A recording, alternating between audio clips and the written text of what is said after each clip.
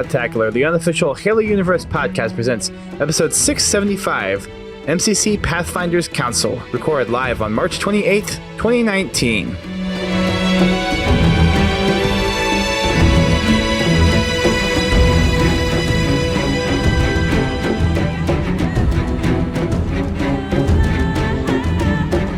Hello everyone, welcome to Podtacular, the unofficial Halo Universe podcast. I am your host, Duststorm. I'm your co-host, Godzilla T. And we are here with a plethora of community guests from fan games and fan mods to have this crazy MCC PC discussion. We have a party of 14 people, so without further ado, I'm going to go ahead and introduce all of our guests. First up, we have Unikraken from Sins of the Prophets. Hey everybody. Hey. Welcome back to the show. Thank you. It's great to be back. We've got Masterz from STV3. Hello, everyone. Hello. We have first time joining the podcast, GameCheat from the ElDewrito mod. Welcome. Heyo. Heyo. Next, we have AssaultCommand from the ElDewrito and Project Contingency community. So welcome to the podcast for the first time. Hey there, everyone. Next up, we have returning guest R93Sniper from Project Contingency. Heyo. Welcome back. From Project Cartographer, we have SuperSniper. Hello. Sorry. No worries. And General 101. Hi, how's it going? Hope you're having a good day. So far, this is going to be the best part of my day. At least I hope so. From the Downfall Project, we have returning guest North Monk. Hey guys. Hey. Returning from Installation 01, we have Mr. Bean himself, TheChunkierBean. Doing well. Thanks for joining back in. Also from Installation 01, first time guest on the show, we have Tosh. Well met. Thank you for being on. And then first time on the show from Coral, we have JeBobs. Hey guys. Howdy. Thank you all for being on. This is going to be one crazy podcast. We have lots to discuss, and obviously this is a huge topic of discussion within the community because we managed to get 12 guests on the show, which is pretty impressive, to say the least. We normally go through guest introductions for new people, but since there's so many, we're going to save those for another time when we have all the respective people back on. But I do want to extend, again, a warm welcome to GameCheat, AssaultCommand, General 101, Tosh, and JeBobs for coming on the show for the first time. Thank you for hopping on over, and hopefully we can give you some warm, Podtacular, what's the word I'm looking for? Geez, I just had it on the tip of my tongue, too. Hospitality. There we go. Good vibes. Thanks for having us on. Thank you. All right, so we are going to touch on a little bit of news. We're going to get this out of the way as quickly as possible so we can get into our main line of discussion. For those that are in the chat, just stick with us for about 10 minutes or so, and then we'll dive into the nice, juicy bits. Of course, we have our community streams, which have taken place over the last week or so, starting with GT's Fraggin' Friday. So how we do for our last week, GT? Oh, we did good. We got our butts kicked in Warzone repeatedly. Oh, that sucks. No, we had a lot of fun. We actually got to the point where we actually went in and played some customs. We actually went in, I believe, for a couple of games with a full team of 12 or close to it in Warzone. But the sweaties were out, so... Of course. We moved on to other things. Had a lot of fun. It's always a blast. Next week, I'm sorry, not next week. Tomorrow, we'll be looking to do some MCC. Again, as long as the community wishes it. If they decide they want to go to Halo 5, we will go to Halo 5. But we'll at least start out in MCC. So if you would like to join in, feel free to shoot me a message on Xbox Live at Godzilla T, and I will see you then. Very nice. We have no achievement stream for me this week since it was my anniversary on Monday, and me and the wife went away for a bit. So we had a little time away and just kind of enjoyed getting away from the stresses of life and all that stuff. So no achievement stream. I did, however, get Spree Master achievement in MCC, which was getting 100 killing sprees in matchmaking. So I did get one achievement done off stream. Still working on Halo Wars with Bobby, and that'll be resuming this Sunday. And then also we're looking to stream again with the wife this coming Saturday for our next 2 missions in Halo 2. Jumping back in under the Arbiter. So a lot of fun to be had there. No, that'll make 2 of us, because somebody else is working on a run-through of Arbiter. Are they now? Yeah. Okay. As soon as he gets done editing Metropolis. Very nice. Cool. We also have the social stream from this past week. Josh Minke was on with Snickerdoodle on the Halo stream, and he was showing off people's MMRs on the stream. I think they maybe played 1 or 2 games, and then people just wanted to see their MMR stats for the rest of the stream. Halo 5. So it was really cool to see, and he got to talk a little bit about how he developed the ranking system, some other things that he's learned from working on other titles and ranking systems that way. So if you want an inside scoop at how MMR works and what Josh Minke is doing to really make matching and skill leveling all that's meant to be for Halo, then definitely go and check out the VOD over on the Halo Mixer channel. Playlist updates for MCC. We got maps, and more freaking maps coming from postums on the Waypoint forums. We have a lot of maps coming to 2v2 social offerings for Halo 2 Zone Control, as well as Fiesta Doubles. And there's more updates based on community feedback in the works. But for the list of changes we have in Social Games 2v2 Action Sack and Halo 2 Classic, they've added Lockout, Midship, Warlock, Beaver Creek, and Ivory Tower Fiesta. In Halo 2 Anniversary, they've added Lockdown, Warlord, and Shrine Fiesta. In Halo 3, they've added Guardian, Narrows, The Pit, Cold Storage, and Heretic Fiesta. In Halo 4, they've added Haven, Skyline, Abandoned, Landfall, and Monolith Fiesta. So lots of Fiesta to go around. And then in Social Games 2v2 Zone Control for Halo 2 Classic, they've added Lockout, Ivory Tower, and Sanctuary King of the Hill.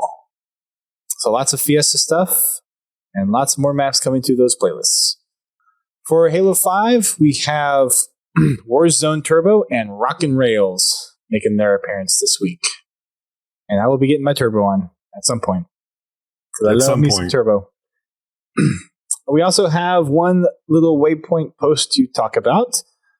Today they released an article detailing a little bit more about Outpost Discovery and some of the VIP perks that you get with it if you so choose to get the nice expensive VIP passes. Overall, you get early access to the show floor and late leaving on Friday, Saturday, and you get the early access on Sunday. You get the hour before all 3 days, and then the hour after on Friday and Saturday. There's also a VIP lounge that is exclusive to VIP ticket holders, 343 staff, and Xbox dignitaries. There's some exclusive Halo gear, including a Golden Master Chief Funko Pop, an Outpost Discovery drawstring tote bag, UNSC dog tags, and your own digital Xbox Avatar t-shirt. All ticket holders will also get a Hazel Alpha 302 and Owen Bravo 096 Avatar outfits. There's also a VIP lounge, which is meant to be kind of a mid-2000s time capsule. And there will be some old school Halo on Xbox 360 consoles with CRTs and a whole bunch of fun stuff like that. So if you want all the details, make sure you head on over to Halo Waypoint and check out the news there. And I think that is the quickest news wrap-up that we have ever had on this show. Yep. They have the 300,000-ish pounds of CRTs in the lounge. That's a lot of CRTs. It's a lot of old tech right there. I just thought that was kind of cute. Yeah, I have a TV from 1984. I got one complaint. For the price of that ticket, you should get a real t-shirt. Anyway. There might be. You never know. There could be one down the road. Obviously, don't want to show off everything at once. You can buy one at the event. For the price of the VIP ticket, they should give you one. Yeah, that VIP ticket's about 5 times as much as the normal ticket. Maybe so. There's a lot to go for that ticket, though. Yeah. All right, let's go ahead and jump on into our main topic. MCC on PC, having the whole community astir. First, I want to give everyone a chance to talk about what their fan game and or mod is to kind of give everyone a perspective on how they can best contribute to this discussion. So we'll go ahead and start with Unikraken, Sins of the Prophets. What is Sins of the Prophet? Okay, so Sins of the Prophets is a total conversion mod for a space strategy game called Sins of the Solar Empire Rebellion. And we essentially turn the game into a Halo game. You have the UNSC and all of their spaceships, and you have the Covenant with all of their spaceships, and you take over planets and you build orbital infrastructure, and then you build big fleets and you smash them together, and then you get to see the little debris floating in space, all the slag and everything. It's basically space combat taken out of the book Halo: The Fall of Reach, and that's pretty much it right now. Very nice. All right. Masterz for SPV3. All right. So SPV3 is a long-running project. It's basically an overhaul of the original Halo 1 campaign done in the original Halo engine. So I've been using the original Halo 1 toolset since it's pretty much ever been released back in 2003. We're gearing up for our final release of the mod this June with some extra stuff coming on out after. But I just am excited to see more games on the PC where hopefully we'll get tools and we can do things in similar vein on the later games. Very nice. I think that's going to be a very well talked about topic tonight as far as those customization tools and other modding capabilities. So we'll get to that hopefully throughout the discussions. GameCheat and AssaultCommand, I'll let you kind of tag team on the ElDewrito stuff. Assault, you want to take over because my the call's kind of cutting out right now. Yeah, I've had some of that as well, but ElDewrito is basically a conversion mod making Halo Online more into the Halo 3 experience. We've worked to restore a lot of those features for the game and bring it to everyone outside Russia. I guess. GameCheat, you want to add anything to that? Okay, I guess we're... Darkness, my old friend. A little choppy indeed. Yeah, we can hear you now. Yeah, ElDewrito is basically just a mod client for a canceled game that was only in Russia, Halo Online, the vodka version of Halo 3. We basically added in custom games, a bunch of new Forge options, mod support, all that good stuff. Not really sure what else to add. There's a lot more. I'm skimming over it. I'm probably missing a lot of things. Yeah, no, that's good. We can obviously have a lot of the folks on to talk specifically about projects and whatnot. So we've got ElDewrito to get on at some point. We've got the Cartographer folks, Corral folks. There's plenty of people that we can have on in the not too distant future. So we'll definitely be more than happy to dive down into things a little bit deeper in some future podcasts. R93 Sniper and AssaultCommand, again, you guys can tag team on the Project Contingency for those who may have not seen the podcast before from you guys here on the show. But go ahead and give your spiel. All right. So Project Contingency is an animated Halo game being made from scratch on Unreal Engine 4. Basically, we, as a team, are looking at the entire Halo series and are trying to figure... Basically, we're making a game that encapsulates what we believe to be the best parts of the entire series, with a heavy focus on the original trilogy. And the idea is just to have fun. Right now, we're strictly multiplayer, and that's kind of where we are.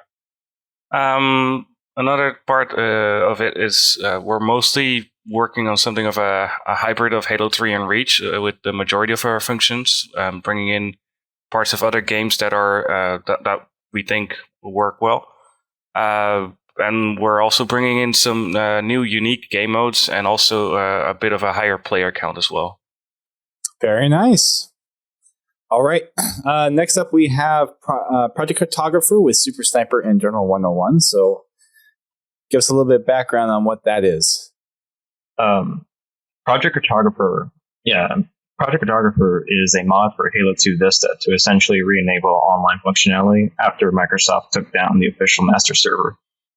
And beyond that, we also enable new features. For example, either infection, which you may have seen if you watched trailers, or say removing limitations related to custom maps such as 10,000 tags in the map, different variants of blacklisted tags, things like that. We're looking to release some new features to hopefully fix people's issues, but I think we've done some pretty awesome stuff with Halo 2 Vista. To capitalize on that, we also want to bring a new experience to the Jon Snow of the Halo 2 universe, as you may call it, Halo 2 Vista. Hadn't heard that analogy before, but that makes sense. Yeah. Well, essentially, we want to bring like the old experience of Halo 2 along with the new experience of Halo 2 and have a whole new world, essentially. Very cool. Thanks again for being on, guys. No, thank you. All right. North Monk, you are our most recent guest, so most people probably know what Downfall is. But for those who don't, or maybe listening for the first time and don't know what it is, give us a spiel. Yep. So Downfall is a project made from scratch in Unity, and it will be focused on ODSTs. We'll have a campaign and multiplayer. The campaign is the story of an ODST squad fighting the Covenant for the first time to protect their home. So that's pretty much it. All right. Bean and Tosh, Installation 01. Probably one of the most famous, but for those, again, who may not know of Installation 01, give us the rundown. Well then. Tosh, do you want me to go? Yeah, go ahead, man. All right, cool. So Installation 01 is a fan-made Halo game developed on the Unity engine. And we're trying to build an artistic tribute to the Halo series that recreates the multiplayer experience of the Bungie era games. We're free to play on all PC platforms, so Windows, Mac, and Linux can all join in on the carnage and have fun together. Yay, the Mac people won't feel so left out anymore. No, they'll still feel left out. Maybe just not as left out. Probably, Maybe. Yeah. They'll have that inkling. Yeah. All right. And JeBobs from Corral. Give us the rundown on the Corral.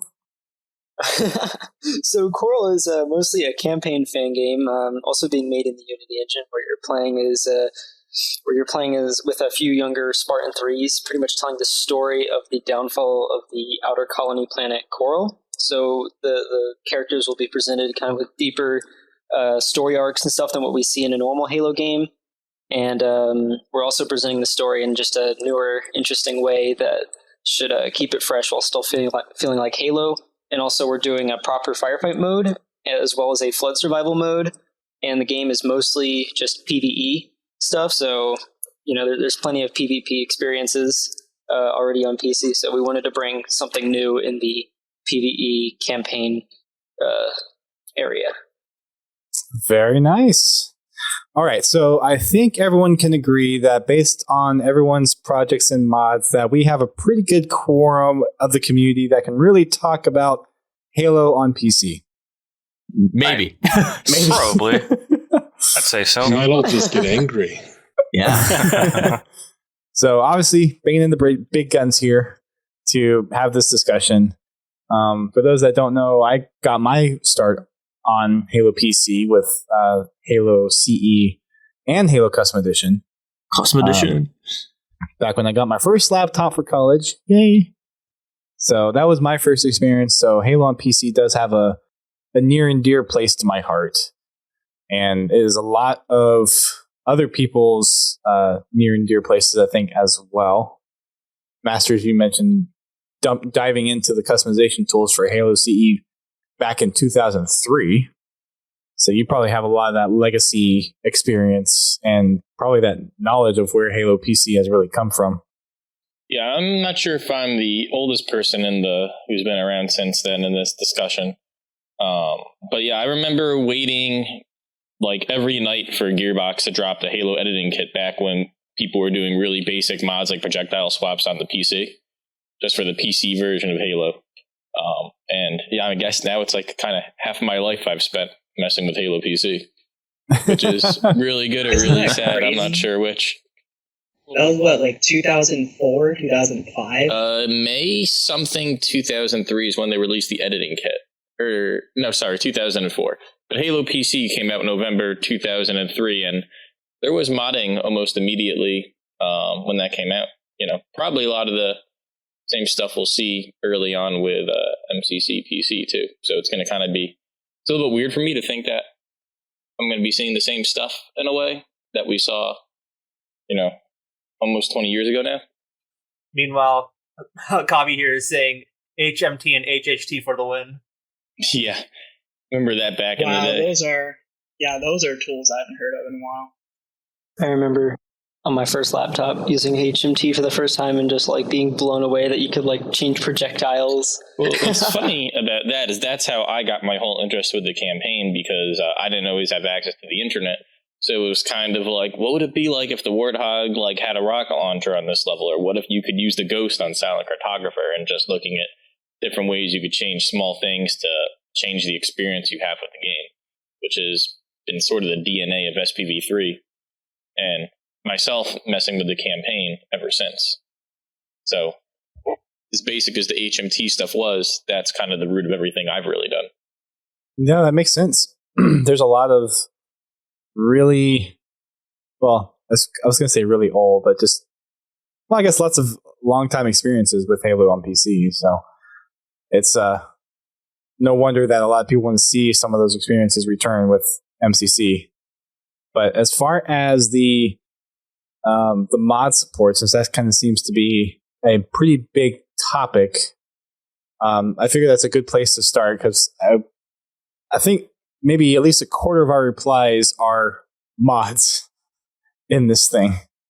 A lot of people want to see mods, obviously, with the Halo editing kit that came with Halo Custom Edition and some of the tools that came with Halo 2 Vista. I know that's probably a dirty word, Vista, but that was the title of the game. You're free to call it Halo 2 PC. Okay, Halo 2 PC. Mods is definitely something that a lot of people are wanting to see, even beyond Forge.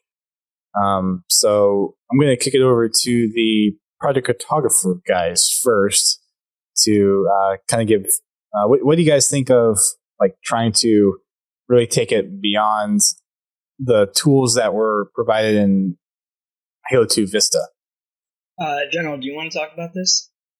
Well, like, what taking it beyond, like? Well, I mean, he's essentially asking, like, how do we feel about using custom editing tools and having the ability to create your own unique stuff versus the Forge tools that console players have? Like, is that a good thing? What do you think? Well, there isn't a good or bad thing to it, because the thing is, Forge and these modding tools, they're for two different audiences. Like, the Forge tools will be for the people who just want to make a quick map and say, put shields on turf and play with their friends in like 20 minutes.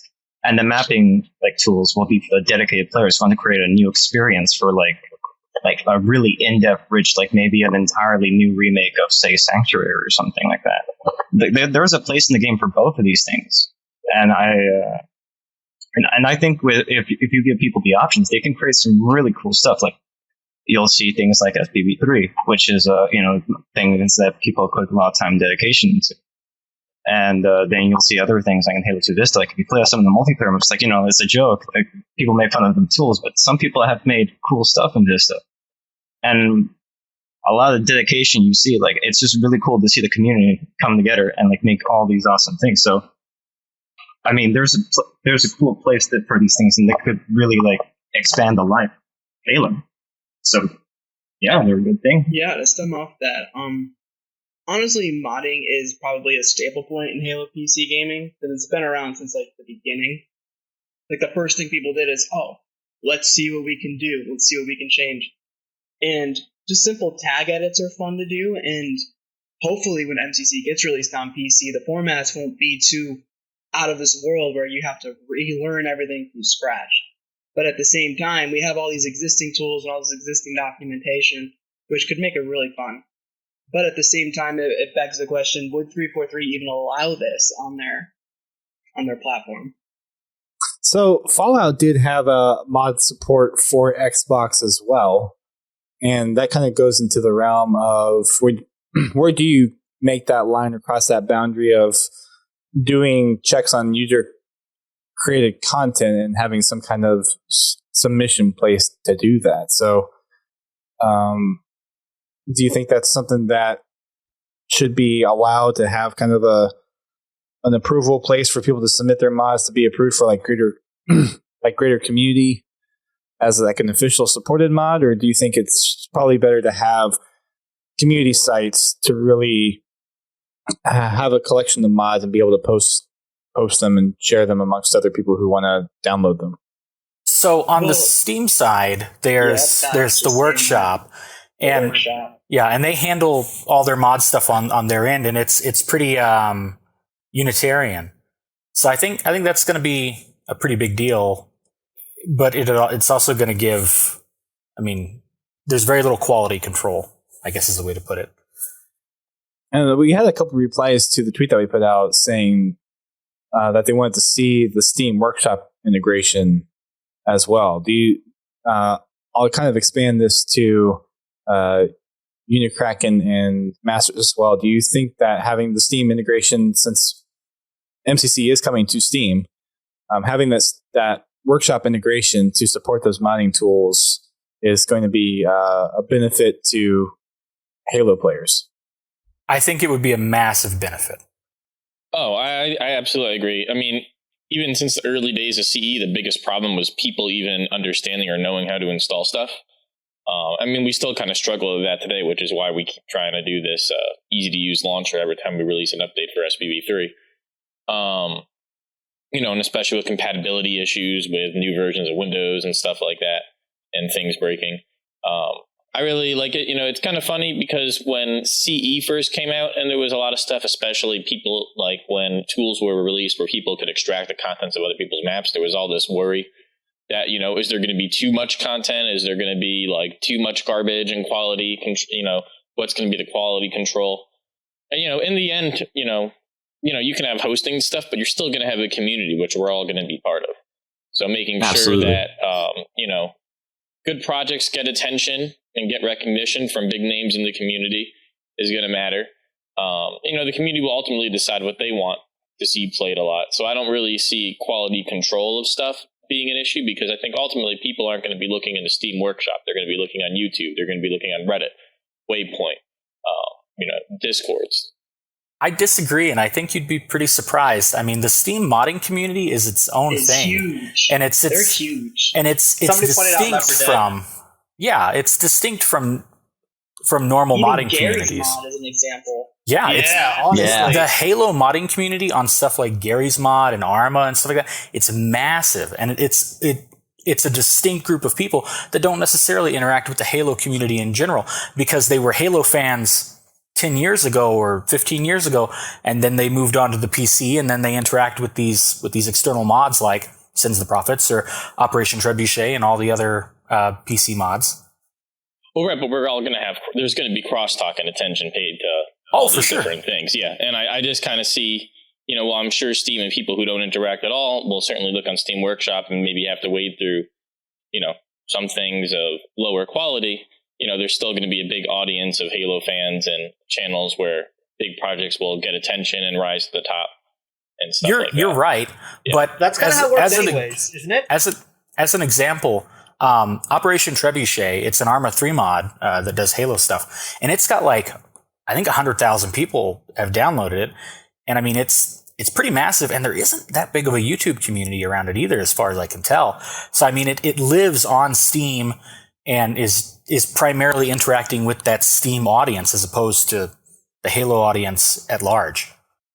Yeah, I mean, I think that sort of a failure on our part, not our part as in you and me and everybody and people in here, but just stuff like that should get attention because, as much attention as many projects here have gotten, the more attention to these projects is better in terms of, showing just how strong the mod community is and the demand for mods is, and the more we highlight that stuff throughout the community, the higher our chances are of getting better and more support for mods and a community around that. Now, how would you address the crossover from those that are either purchasing it through the Windows 10 store? So, say they did mention during the announcement that they are looking for a way to see for people that have purchased MCC digitally for Xbox to get some kind of a discount in the Windows store. So, there's probably going to be a group of people who are going to get that discounted game through the Windows store. Do you see a kind of natural flow interface in the game to be able to enable those mods? Or do you think that those two modding scenes should be kind of different and then let 343 come in and, for lack of a better word, kind of like officially support these community mods being like checked and saved to meet the Xbox content guidelines? I think that having some kind of system in the MCC UI where you can enable a mod is the most rational choice. Fallout 4 is probably the best example that you could give about that. Because their creation club essentially takes mods that users upload and completely integrates it into the game so there are no incompatibilities that can cause game issues and game crashes. So if MCC wanted to do cross-play with the Windows Store version, if they have Steam Workshop or mod support, they would have to have some sort of like collaboration where those two have to mesh. Otherwise, you'd have two different MCC versions, one's with mods, one's without mods. And how would you... Obviously, the Steam Store one would sell more because you have more features. There's one thing I want to just say, and it's just 3 words. Long live Halo Maps. Yes. Yes. Halo Maps. The true Long life to Dennis. Yeah, it's a ghost town now. I would kind of wonder if it'll kind of get a rejuvenation a little bit. I don't know if Chris is the same guy behind the website anymore, or if it's someone new. No, Halo Maps was always owned by Dennis. Or Dennis. Sorry, that's it. Yeah, Dennis Shout out to owns that. Dennis. And then there's also Open Carnage, which is owned by Tucker. And I also know that there's Mod Halo, which I believe used to be ran by Cornman himself, actually. No, Halo Mods is wow. Corman's. Halo I mean, Mods. the website's still up, yeah. No, but there is also Mod Halo. That is Oh, the place. right, but That's I don't actually think that where was Corman's. Okay, whichever one it was, that was his, though. I know he owned one of them. Then you have Halo CE3 by Matrat, which is kind of now the hub for new Halo maps for CE Hell, and we stuff. have our own hub for Project Cartographer, h2maps.net. There's a whole bunch of PC modding sites out there. We've already got people linking quite a few of them in there to check out. It's kind of crazy how well, I mean, not just the modding, but also fan games, just how much of a presence and demand there's been for Halo for PC over the years and how many people are so dedicated to it. And it's good. It's all the, the resilience of the Halo PC community has paid off, and we're finally getting MCC PC. Because there's, it's literally about, when did Halo 2 Vista come out? 2007. It's literally been about 12 years since we had a Halo game on the PC that unless you count people seem to care about. Strikes. And by people, I mean Unless you people at count Spartan Microsoft. Strike. Yeah, I was going to say Spartan Strike, man. Yeah. Well, You don't care about except Spartan it doesn't Strike? get- I liked it. I still play Spartan Strike and Assault. Never played If I'm it. waiting for something to compile and I got like 5 minutes to kill, I boot it up. Halo Mojave. Nice, Kevin. However, I mean, modding can also be malicious too, so it does have to be monitored, because if you're, say, in a multiplayer match and you're modding, that can cause a lot of... Wouldn't that be called hacking? I mean, That's you gotta hacking, define yeah. it. Cheating. I mean, isn't that essentially Well, modding? That kind of modding doesn't matter, because in the context of the Halo editing kit, you would not be able to do that type, like projectile swapping or like velocity changing for like servers. That's not- That'd be a server-side, separate yeah. map file. You'd have to compile it as a separate They map. say in the Well, no, not AMA they're going to try to necessarily. institute anti-cheat. They did. They did. Yeah, they did. Yeah. And I was going to throw that question over to the Project Contingency and Installation 01 and Corral and Downfall folks, because they're developing their own games. And how are you guys planning to deal with anti-cheat in your games? We'll start with the... Right now, to be honest, we've kind of just said we'll worry about it a little bit farther down. Right now, we're just trying to make sure that features work and stuff, and then we'll we'll look at the options for anti-cheat but to be honest, since Coral is mostly a campaign game with some firefighting, flood survival, I don't think people will be as likely to cheat. But at the same time, you still got to have some sort of protection there. So we're at least right now, we're just waiting a little bit to before looking at some options, because we could do our own, but that's very, very hard to do. So not exactly sure if we're gonna do like our own, or if we're gonna find a pre-made how kind of like easy anti-cheat or something like that. Well, I don't know about you guys, but we scored a great deal with Valve. We got some VAC going on. No. How much you pay for that? VAC bands. On my soul, a leg. You had a soul? So you've sold your soul to multiple people by then, right? I know. Isn't it surprising? It's like, how much of your soul do you have left? Well, when I started Installation 1, it was complete. Currently, it left around 2015. So about 4 years in. TM. You've only got like 4.3% of that sold there. If you ever want to know, like, what a specific number, gone. dude. That's what? No, JeBobs is like 4.3%. Like, what? Where's the 0.3? Where's that coming from? Just going off of personal experience. To touch on it some more, though, anti-cheats, good ones at least, are going to cost you a lot of money. Yes. Fan projects like us can't really get good anti-cheat. There will be some form of it, but we don't have $60,000 a year to shill out. So really, you want to offset that by giving the community a plethora of tools to use to kick people from their own servers, ban them, check all that. So the best thing you can do is verify that people aren't cheaters and give people tools. That's a similar thing that we did in ElDewrito, where apparently it's a free to play game. There's no reason to cheat because there's no ranks or anything important like that, and people still use aim mods and they still figure out how to just ruin the game for everyone else. So I think it is quite an important thing for us, for all the other, for all the fan games and everything, to really keep that in mind, to have those tools available. Yeah. Well, there's an old saying, and this applies to video games. Locks are only there to keep honest people honest. If somebody wants to break into your car, they're going to. So if somebody wants to cheat at a game, they're going to find a way. And it doesn't matter if you spend $2,000 on an anti-cheat system or $2 million on an anti-cheat system. They will find a way. The only thing you can really do is monitor it, and when you find them, punish them. That's probably the ultimate goal. Ban their IP and their hardware ID. A positive way to just identify and ban. There's a lot of different ways.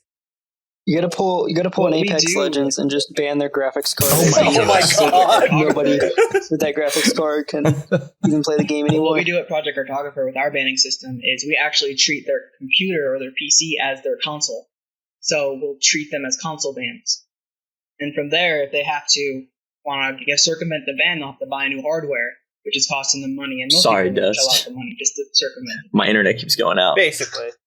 You'd be surprised. Smart. For us with contingency, we have intrinsic anti-cheat, where a lot of stuff is kind of just checked on the server regardless. And obviously there are also like paid and free alternatives, and like another one to mention is like how Epic is doing their whole online services stuff for developers of Unreal.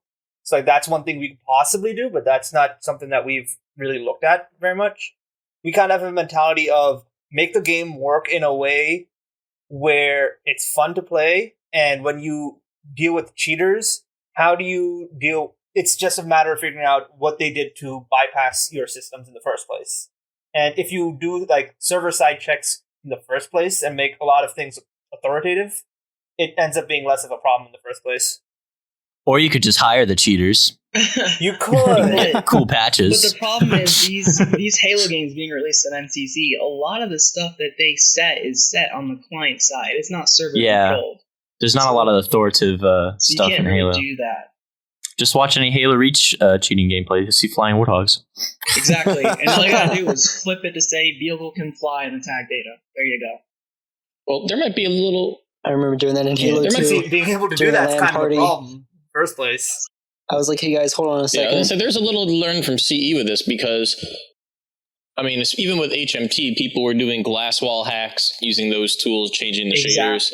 You know, and that was a problem, but it wasn't that widespread. You have to remember that the majority of people aren't going to know how to do this stuff, and the people who are, people will get banned. And then you had Halo CE, and part of the reason why scripting wasn't going to be released to people was because there was stuff you could do to crash servers or blow up people's speakers, stuff like that. And I mean, some of that stuff kind of still exists, but all of these things with cheaters, in the end, the cheaters are such a small group of people. And unless it really becomes crazy, where it's really ruining the game experience for a lot of people, that's not going to happen. But hopefully with the PC, we'll have our matchmaking systems where if you cheat and it gets reported, obviously that's going through 343 and they can just ban you. Go on that cheater list. Yeah, or if it's stuff like custom games or a server browser, you're going to have admins and moderators in those servers.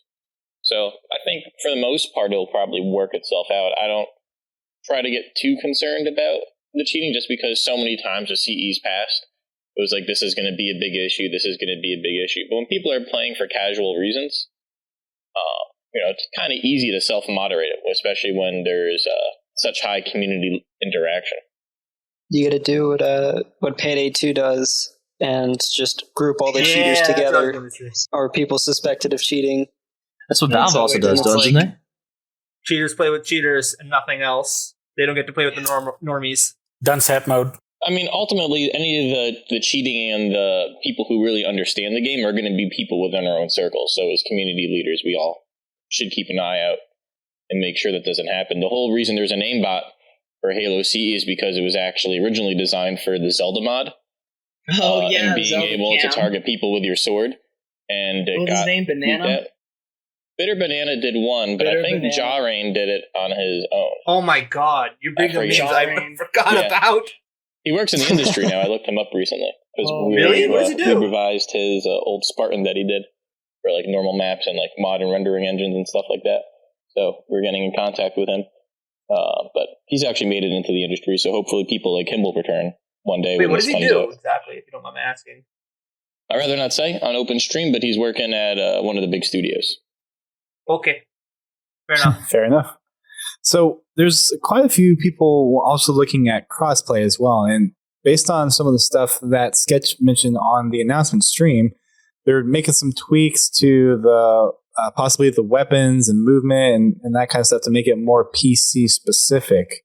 So do you guys think that kind of rules out a little bit more of the crossplay ability in the game? Or do you think that the modifications that they're kind of hinting at is still something that's going to take the PC gamers into account as far as mouse and keyboard and that kind of stuff, but would still play it well if it were to crossplay with the Xbox gamers? That's a tough one. Honestly, good. I don't see them changing values like movement speed or anything that has to do with weapons. I think what they mean by like kind of tailoring to the PC players or like making sure that raw input is there and not just like joystick emulators for the mouse and stuff like that. Because, to be honest, like I don't think they did it with CE. Correct me if I'm wrong, or even Halo 2. But also, especially with like Project Cartographer and ElDewrito, there are some people who do really good with controller and some people who do really good with keyboard and mouse, and the aim assist on controller seems to help balance out that, to balance both of those out. So I don't see a big issue. I made a comment similar to that a couple of shows ago. There's, for me at least, so given that our project is huge, I'm always watching YouTube videos of people playing, and you can always notice when somebody's playing with mouse and keyboard versus controller, and we advocate for a controller input for everyone. But there's different things that having a mouse and keyboard is going to dictate different behaviors in the game than the there's different behaviors that the mouse and keyboard is going to bring out that the controller doesn't bring out. The controller players, you always notice there's a lot more circle strafing and emphasis on movement, whereas the mouse and keyboard players are a lot more about the accuracy and the precision weapons, and what they choose is very different. For them to, I understand what they're saying, I think, when they say that they're going to be changing or altering stuff for the games, but they're not going to be drastically changing the games, and that's not really an option for them either, because as much as we want to talk about crossplay, ultimately people are going to be playing MCC PC with a controller as well as a keyboard. So I can't see them changing any sort of tag values or the way certain things work, like base movement speed or a lot of weapon magnetism, just because, just for the mouse and keyboard folk, when roughly half the people playing on the PC are going to probably use a Xbox controller too. Just to piggy off of that, even just the basic hardware setup is different. When you have a controller, you have thumbsticks which allow for 360 mobility versus a keyboard where you have 4 buttons that you push and you either go forward, backwards, left, or right. So just the movement by itself is different with controllers.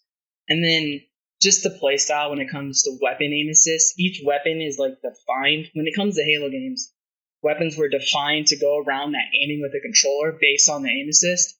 So if they were to try to change that up, one thing they would potentially have to do just to fill that gap is probably give a little bit of an aim assist per specific precision weapons on mouse and keyboard maybe, or vice versa, reduce it on controllers. But then you have the question of, it's not the same as the original game.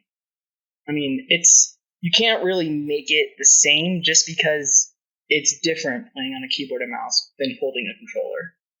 Yeah, a lot of responses that I've seen to the tweet that we posted in our Discord too is a lot of people don't want aim assist at all for mouse and keyboard. They want that pretty much gone, which for you can't really do that though, because you can't do that. It's a completely different feel because the weapon dynamic changes. Try firing, if you play Halo 2 on the PC, try firing a battle rifle in mid-battle on a mouse and keyboard versus a controller. It's a completely different feel. Yeah, or better yet, when you're in co-op or just playing a multiplayer game, just try fighting your buddies on your team and seeing how it works when you don't have magnetism or aim assist. Like, so many things in the sandbox are built around that magnetism and aim assist too.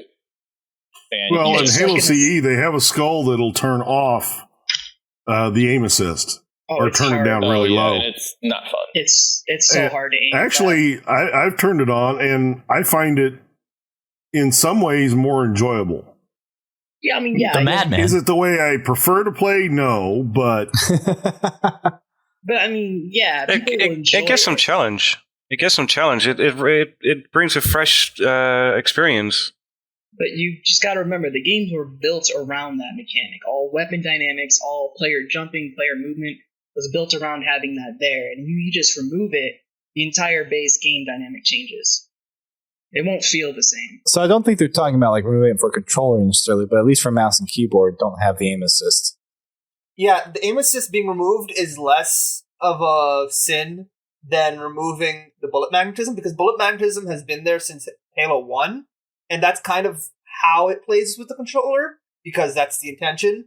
And even on PC, Halo 1 PC and Halo 2 Vista have bullet magnetism in there, though the Cartographer devs can correct me on how much aim assist there is, if any. But I know that aim assist, like physically moving your mouse, is something that and I pray to God it gets removed for when it's on PC, will be something I would really look forward to, because with the mouse and keyboard, actually I was playing Halo 4 the other day and I could not stand how bad the aim assist is because of how aggressive it ends up being. And that's something where when you play with the mouse and keyboard, you don't get that. And it makes you feel like all your shots are your own, if that makes sense. You also have to factor in, though, the different netcodes in the different games and why magnetism or aim assist is the way it is and how some of that has changed over time. Like, there's so many games in it. I don't want to get into any particular one in particular, though the Cartographer guys could probably talk a bit about it a bit with Halo 2. But, Halo 2 really has a lot of magnetism for the bullets and stuff, just because back then they were expecting people with like 2004, 2003 internet. That was dial-up and SBC broadband. Yeah, well, dial-up you couldn't really do, although I remember people they tried. People did tricks to get it working. and they could play, but they had a aim for like really narrow bandwidth. Yeah, I remember the days of YouTube videos where people would hook up their 360 to their computer and have their computer on dial-up. They'd like sign into Xbox Live, and it would just be sitting there for like 10 minutes, just signing in. Yeah, but I mean, the whole aim assist thing, it kind of sucks because you can't always really enjoy these games the way that you played them back in the day, just because those games were designed for low latency, and some of that feels really weird. It'll be fundamentally different. Yeah. Essentially, yeah. So, GameCheat, what's the kind of experience with auto or aim assist and bullet magnetism in ElDewrito? It's been a while since we've modified it, but I'm pretty sure we toned it down a lot, because I remember controller players would just wipe the house with people that were using keyboard and mouse. And it was just pissing off all of the people that were hardcore PC fanatics. So I'm almost certain we toned it down a bit, but I can't say for sure. It's been like a year, so. See, it took a long time tweaking it as well. I was toned down a little bit. I would have gone the opposite route. I remember the testing session. Where you give the mouse and keyboards a little bit of aim assist to compensate for that heavy aim assist controllers have. Because using controller is hard to aim. It is what it is. It's hard to aim with thumbsticks. So people aim with movement and rely on the aim assist to study their aimer. That's how most professional players play. I believe if they want to fill this gap for MCC PC, the best way would add like slight aim assist, maybe to specific weapons in games, mainly precision weapons, just to compensate for that heavy aim assist most precision weapons have. I think we tried that, and it just messed up like aiming for PC and mouse and keyboard. I mean, I'm pretty sure we tried that as well. We experimented a bit with the bullet magnetism and the aim assist, and I think we still have the bullet magnetism on, but aim assist is, as far as I know, completely off. Now, there is another suggestion that they could do, which is something we've been experimenting with IO1, is hitboxes and how shots register with them. I don't know how many of y'all play Overwatch, but what they do is have essentially an enlarged or slightly larger player box that people can hit a little easier. And it does give that feel of, I wouldn't say console shooting, but just how easy it is, but it's still a challenging kind of system because there's like the tiniest bit of bullet magnetism. That's just another aspect of the whole system that can be altered or changed. But again, I think a lot of this comes down to time. And when we have those flighting sessions, I think that's what's going to be really important, because they're going to be for each individual game. And then we'll be able to, as the players testing it, if we get in, we can give feedback in terms of how, each game feels, because it is a different really experience between each different game. With Reach being first, I'm not too up to knowledge about Reach's aiming and magnetism. But yeah, it's just something that really I think the community needs to work together to vocalize what we need and how it feels. I will say this, though, that Halo is one of those few games which is very well known for what people call hitbox porn, because it's incredibly accurate. Like, I know for a fact in Reach, people would flip their for good reason that you could fire through the gap in a Falcon or shoot between an elite's legs and miss. So that's true. That's actually the first thing that blew me away about Halo Combat Evolved when I first played it. I couldn't believe that there was no invisible walls when I was trying to shoot at guys. Or shoot by a piece of geometry. And that was it's kind of weird of all the things in Halo Combat Evolved. That's what blew me away. It's like, whoa, you can if you actually see trees. some spot, you can shoot past it. Oh, trees. Yeah, trees. Those dang trees. There's actually a bug with the trees on the mission Halo where you can actually throw grenades through them. It's kind of funny. People don't really realize it, though. Yeah. Guess I know what I'm doing. There's also BSP bugs in Foundation on Halo 2, where you can throw grenades and shoot through walls. I think I remember that one. I remember in Reach, at least in the early days of Reach, with a sniper rifle and a Revenant or a Warthog, anybody with any type of skill with a sniper rifle was absolutely murder. Because in the vehicles, that sniper got so much aim assist. Oh, yeah, it did. I mean, they would pull off no scope after no scope after no scope. To the point where you just put a Revenant somewhere on the edge of the map and you just snipe from there. That was like 5% of all the montage clips that you would see is people in Mongooses or Revenants just sniping from it. It's skill, bro. Yeah, no, it wasn't skill. There was well, let me rephrase that. There was a little skill there, but it wasn't skill. I know Duststorm told me not to talk about bad experiences with Halo 2 for me. But I no, were you banned on that topic? Well, so I was talking about aim assist, like with the way the different aiming works in the games. I remember one time I was at my friend's house and I was just like randomly spinning around in coagulation and fired off my sniper rifle and got a headshot. And I'm like, something's wrong here. Little Master's getting all upset. Which you can't. It's me who killed him. Take away aim assist. But I mean, it just goes to show, like, at the extent that aim assist and different things can make an impact on the games. I'm kind of even thinking that they should not even try to go for exactly as it was whenever these games came out for the PC release, and just do whatever aim assist and control stuff is right for the PC, and just change in memory when someone's using a controller, or when they're detecting input from a controller might be the easiest thing, to change that all in memory. Well, I mean, one of the things they really wanted to do with this move to PC is really go through and tune the games for PC and get the customization and the extras that a full PC title would get. So the removal of aim assist for keyboard and mouse doesn't seem to be something that they would not consider doing, because traditionally it's just not there.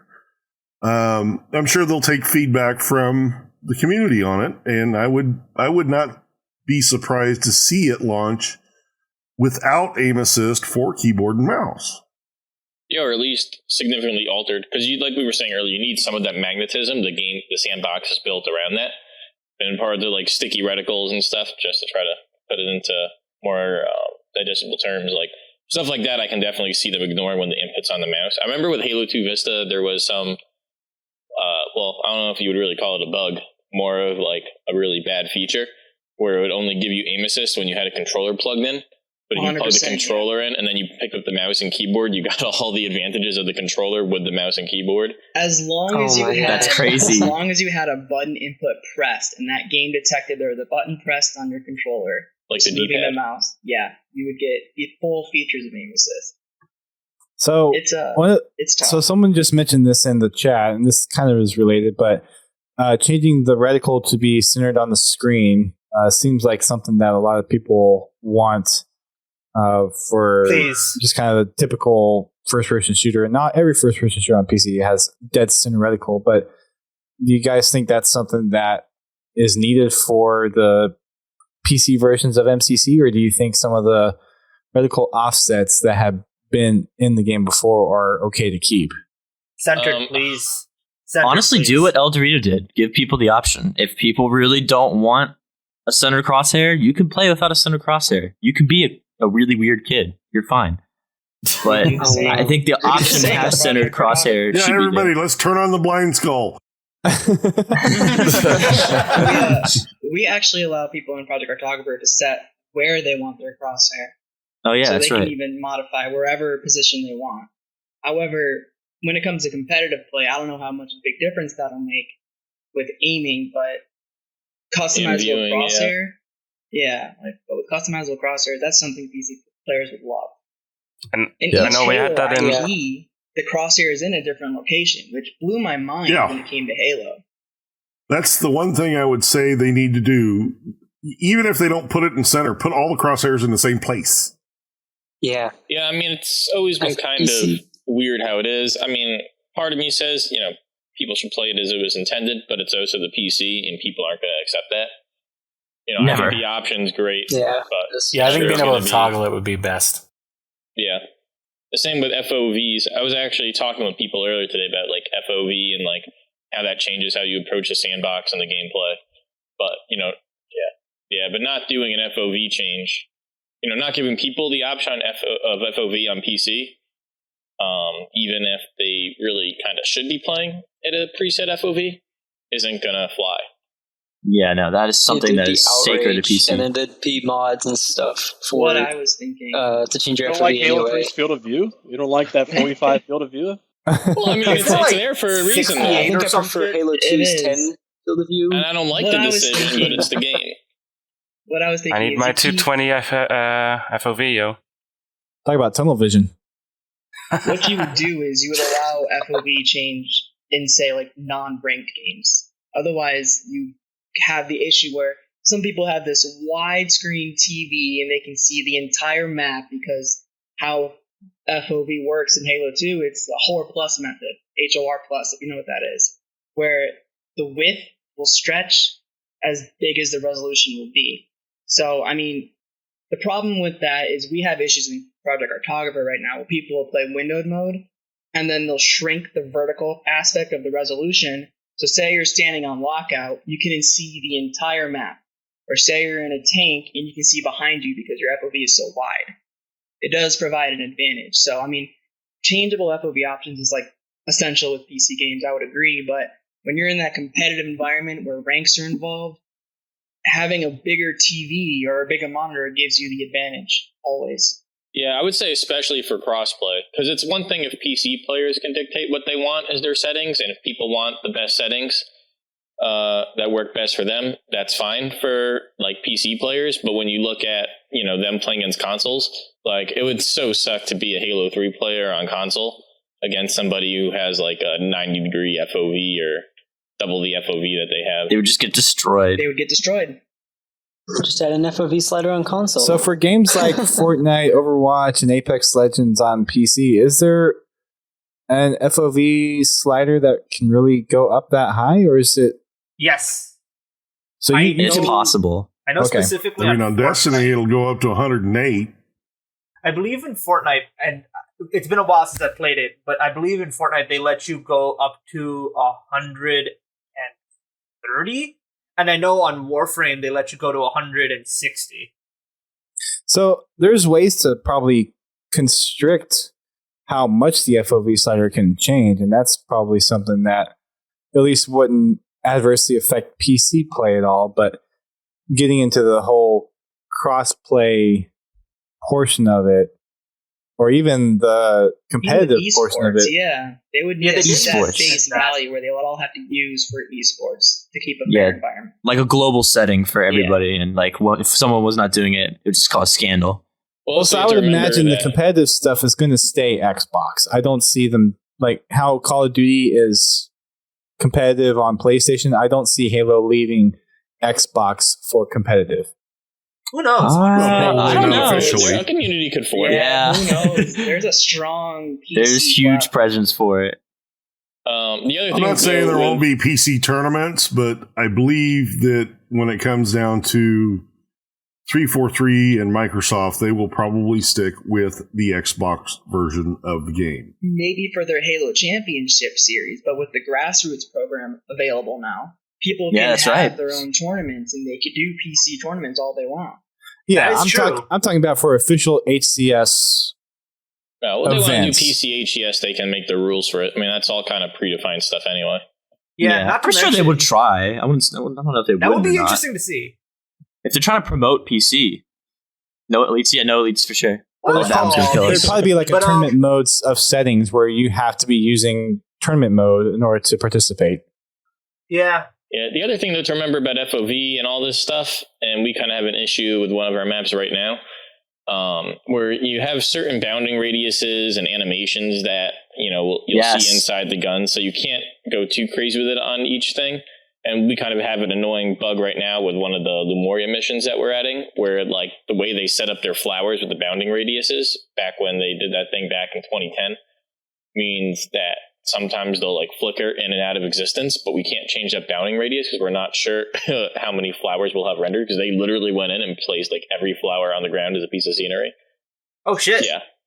And it wasn't the best laid plan, but we also don't want to like totally get rid of it. So it's like a pain in the ass. But that's the stuff that they can't deliberate over for every little decision in all 5 games when it comes to FOV. I just know that the way they do FOV is the vertical never changes. It's always the horizontal, depending on your resolution. Got to play at 120 60 FPS, 4K resolution. Let's go. I just want my ultra wide to work. How you get your they actually even said that they were going to do an uncapped frame rate, so I'm thinking that they're possibly finding a way to untie the I was just going to ask all the PC guys. Yeah. Can handle it. Well, they would just have to find a way to untie the physics from the frame rate, which, I mean, I bet they could do that. I don't know how easy that is to do. They have the source code. They are working on that. I'm just going to say if Gearbox can do it for Halo 1, and Gearbox of all people can, then they can definitely do it. In Halo 1, it wasn't, though. Because the MCC Halo 1 is still the Gearbox port, but just modified. And I'm like 90% sure that it was still frame rate tied physics, but it was based on the server tick as well for multiplayer. No, all the Halo ones. They smartly decoupled the simulation from the FPS when they did Halo 1 on the PC, and I don't know why they didn't do it with Halo 2 Vista. Oh, yeah, Halo 2 Vista. Because rushed port. It got affected like crazy. Scripts were off, timed events were off in the campaign, weapon fire rates were changed. Like, it affects everything. Yeah, there's some stuff in CE, like the game respawn timer. Like, not the respawn timer, sorry. But like when you die in campaign and you know how you see your dead body laying there for a little bit before it goes back to your last checkpoint, like that gets affected by your I've noticed that actually. Even simple stuff like on lockout, if you shoot a barrel, how high that explosion barrel goes up in the air is dependent on how many iterations that engine's going through. It's also why super bouncing doesn't work the same as the original Xbox version of Halo 2. There's some resolution stuff with that too. Yeah, there's a lot of factors in all these things that really changes Halo, and it needs testing. Well, thankfully, we've got guys like Cornman on the team that are really aware of that kind of stuff. Cornman. Shout out to our boy. He's our man. He's the daddy. You just start calling him Corn Dad instead. Corn Dad. When I go to PAX, that's definitely what I'm going to call him when I see him for the first time. Sup, Corn Dad? There you go. So another thing that has also been one of the big community asks for as well is getting rid of all the MCC bugs, which I don't think is necessarily possible. I mean, there's more things that could be done, sure, but there's getting rid of them and all the ones added when the PC version comes out. Right. So, but, I mean, with how complex games are these days, I don't think we're ever going to get to a point where we're going to have all the bugs squashed and all the issues ever resolved, because you fix one issue, two more issues pop up. But is there anything that you guys think is a must fix for MCC that they haven't already said that they're trying to fix, that's a must before they can release it on PC? Well, just don't make Reach bad. Stick with the title. They got to get that CSO out of Reach. UI, to be honest, there's a ton of UI bugs still in MCC. Full armor customization. Least polished part. Are they going to be using the same UI? Because they're releasing the games as like separate entities. So I assume. I think so. Well, I think they're using it sounds like they are. I thought they were just going to have. Yeah, I think that's what they're doing when they say release as separate entities. I could see them, like, you just downloading the actual, like, UI portion of it, and then kind of like on Xbox, how you can choose what to install. You could just have one game in that menu, two games, depending on what games you buy. So I could see them doing it that way. I don't see them separately releasing each game with the menu and everything, like their original menus, and then just having the MCC. It's probably just going to be like, like the other ones are locked if you only buy one game, but you're still in that universal UI. Don't forget also that if they were to do a separate UI, that's twice as much work they're doing, because it's not like that Xbox UI is going anywhere. Like, they still have to maintain and support that.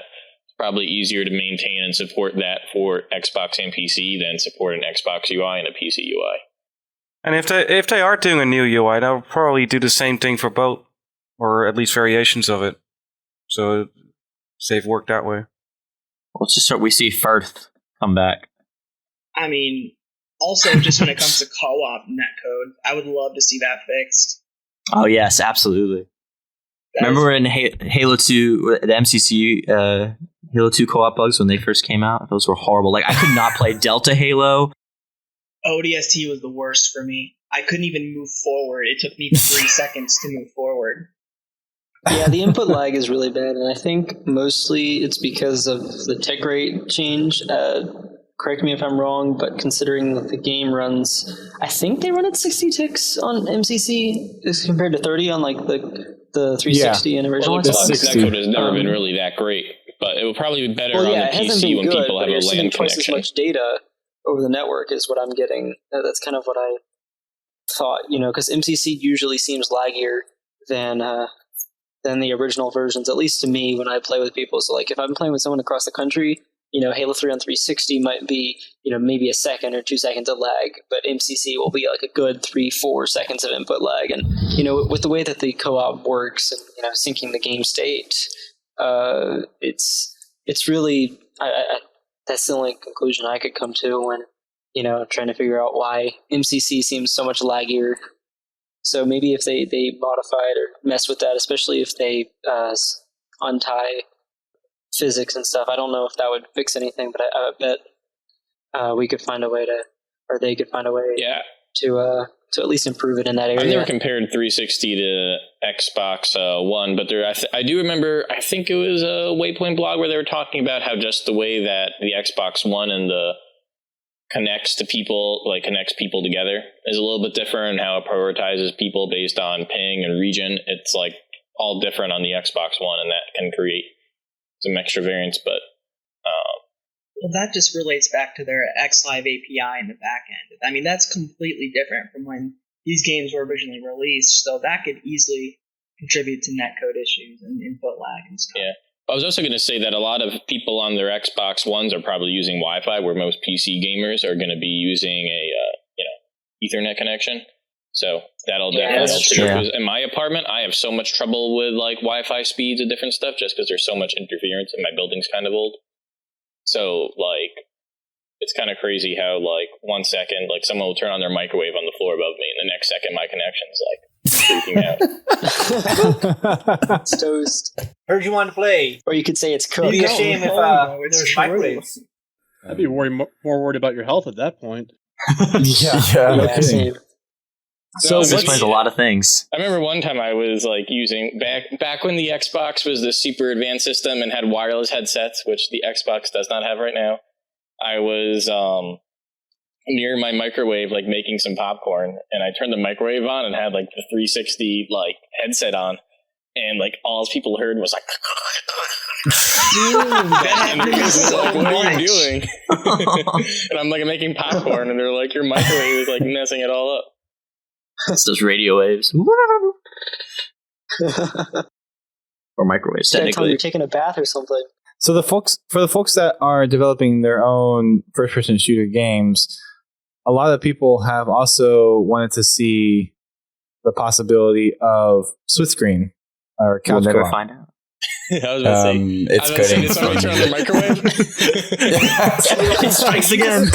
So based on the development that you guys are going through, are you guys looking to support the split screen capability in this game, or do you think with the PC market as it is now, just having with the one person per screen is going to be more beneficial for the PC market? This is directed more towards. Start with the downfall, folks. Start with North Monk. Yeah, we're really early in the process, honestly, but we're really early in the process. In fact, I do programming for Downfall. Even Mark, you mentioned that last time. Oh, look at you go. As of right now, there isn't any split screen in the game itself. There might be at some point, but not sure yet. It's just all of a matter of the characters getting multiple of them on screen at once, and rendering two cameras and stuff. That isn't hard. And the same goes with Coral. It's not the trying to get two screens on there at once. It's mostly down to input and having two characters in the world at once. And if you're programming a game, especially a campaign game, it's very hard to actually get two characters playing on the same screen at once. And that's something that we're probably going to be looking into for both projects. But as of right now, it's kind of just a thing in the air, like a what if we could do this. But personally, I would love to have that functionality because, I know a lot of people who play Halo on their laptops and would love to have, like, when their friend comes over, to be able to play on, like split screen stuff, and being able to bring your laptop somewhere and play Halo with someone.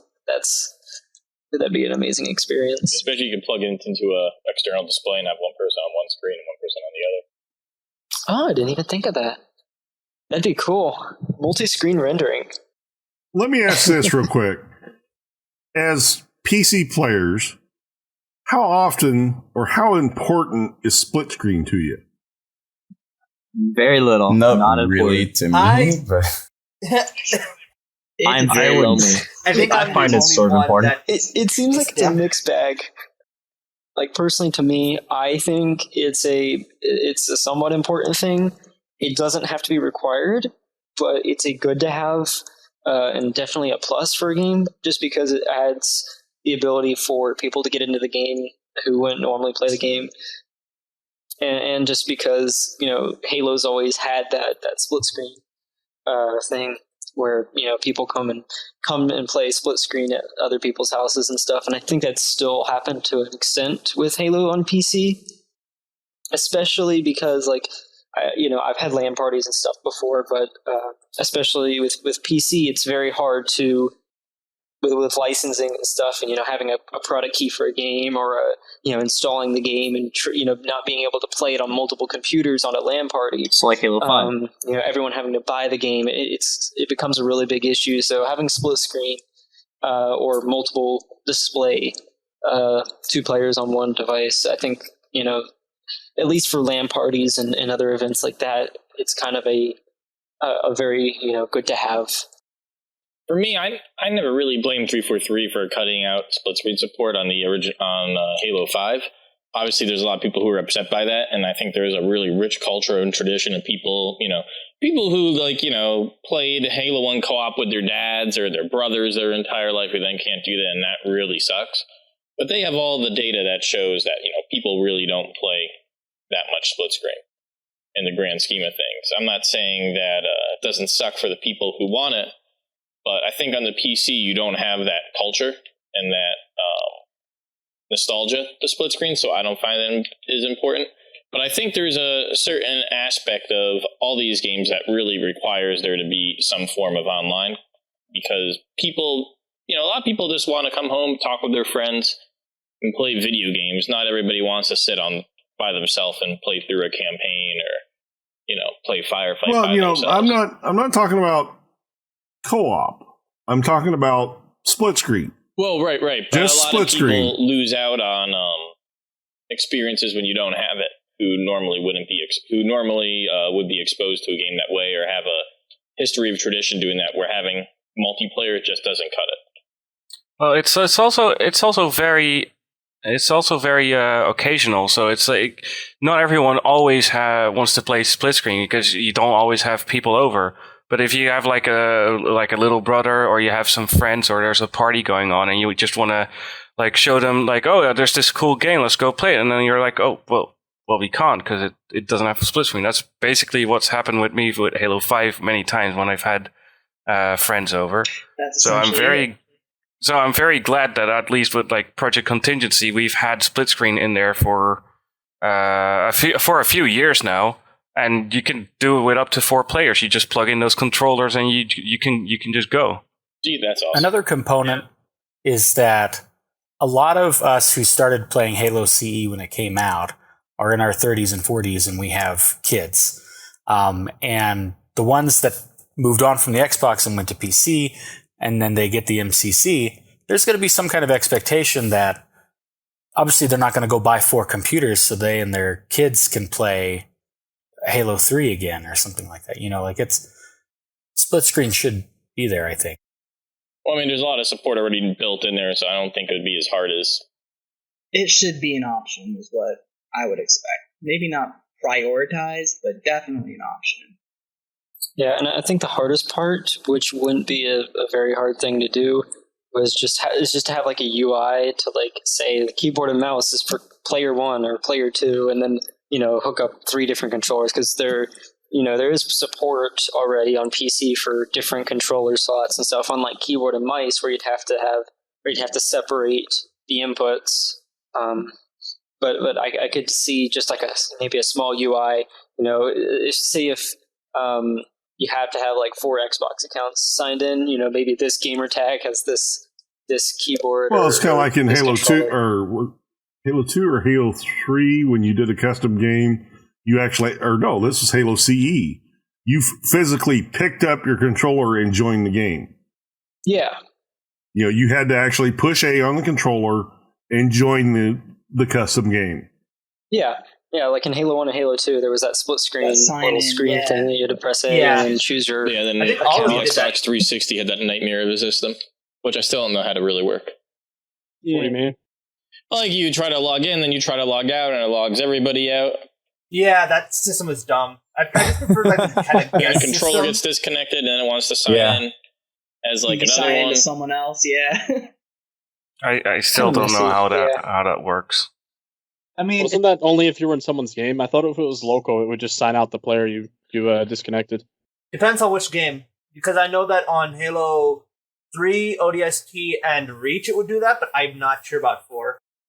Well, if it's in co-op, on Halo 3, it'll end the game. But I'm saying like in custom games or Forge, if you were in a local game and you signed out a player, it would keep the game running. Yeah. Yeah, I think it was in Forge that it did that, but in custom games it would quit the game and end the game. Because it had to log all players out and log one back in. Something weird like that. I remember that UI that was kind of like the Halo 1 and Halo 2 UI on the 360 that would like ask you to sign in, and if one person, I'm trying to remember the bug or something, but like you guys were saying, it would sign everyone out and then it would bring you back to that screen. You had to like sign back into your account, and then especially if you guys have each other on your friends list, it's like your 360 will be like, hey, you're online. Hey, you are online too. And like it just I don't know, it was a bit clunky.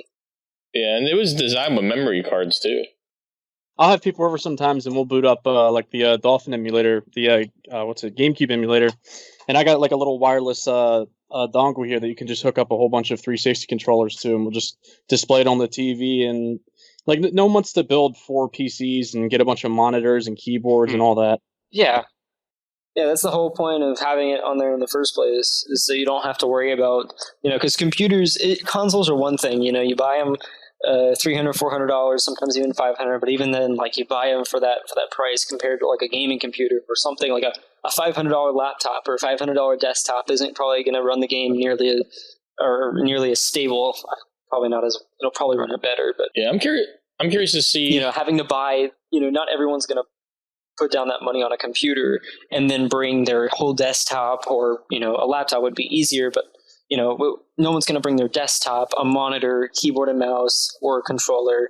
When we stopped to bring a keyboard and mouse to control things, but bring all of that to someone else's house, kind of like I guess people did that back in the day with the CRT displays and the original Xboxes, but putting that in your car. Those were different times where everyone was used to doing that, but now everyone's just like, they'll bring their console, their flat screen and a controller, and then even with split screen on there, it's still kind of a pain to get all those hauled over to someone's house, because I've had LAN parties recently, and let me tell you, it's not easy.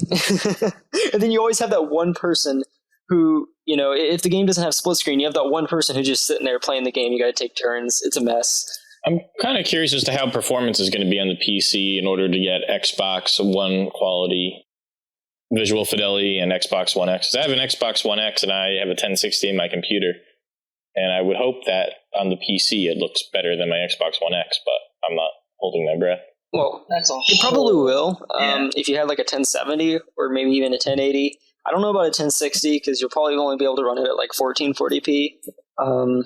I know you will definitely outbeat the original Xbox One and One S, and most hardware today will. I bet if you had like a 780 or something, or in AMD's world like the R9 380 or R9 390X or something like that, you'll be able to easily outmatched. I have a R9 380 in my PC, and I'm able to run Halo 5 Forge at 60 FPS, pretty locked. But it looks a lot better. So I don't have any doubt that the game will run better than the original Xbox One release on most computers. Yeah, but then you look at people on laptops and stuff, and like we were saying, like college dorms. Like, are those people, like, how is that going to run, especially with split screen? You can have lower graphic settings. That's well, totally I know, but even when you have option. it, well, I know, but when you're low, like, what? Maybe it'd be nice to know what the minimum or recommended requirement, are going to be. How about this? I'll try the game on my laptop with Intel HD graphics, and I'll let you guys know. Each game could have That their sounds own great. minimum set of requirements too. I mean, you could easily just purchase only individual games, so they could come out with different requirements for different games. That's totally plausible. Yeah, CE will probably run just fine, even on that on my laptop, on split screen. Well, I mean, CE runs on my Surface Pro. Yeah, Major Nelson at PAX saw people playing SPV3 on a Surface one time with an Xbox controller plugged in and thought it was like the coolest thing.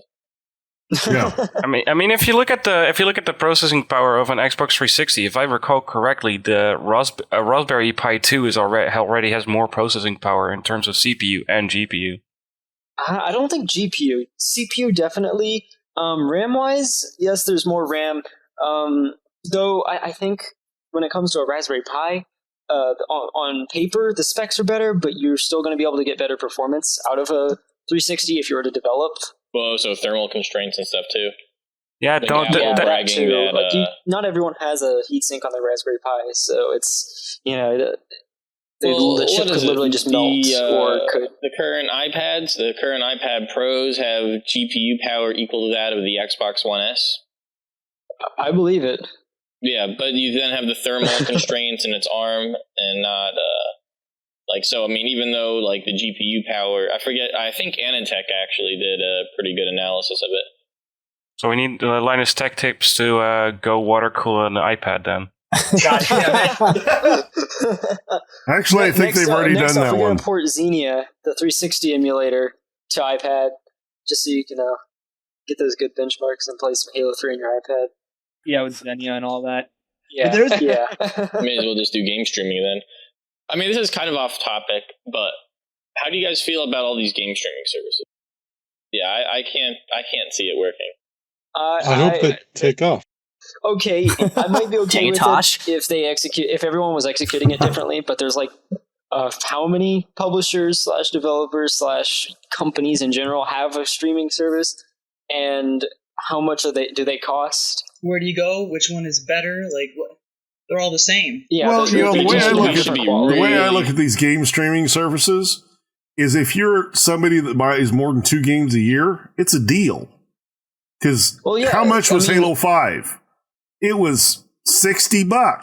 The base game. $30 of microtransactions. $70 if you bought it digitally. You buy Halo 5, and we'll just say you bought Overwatch. Or not Overwatch.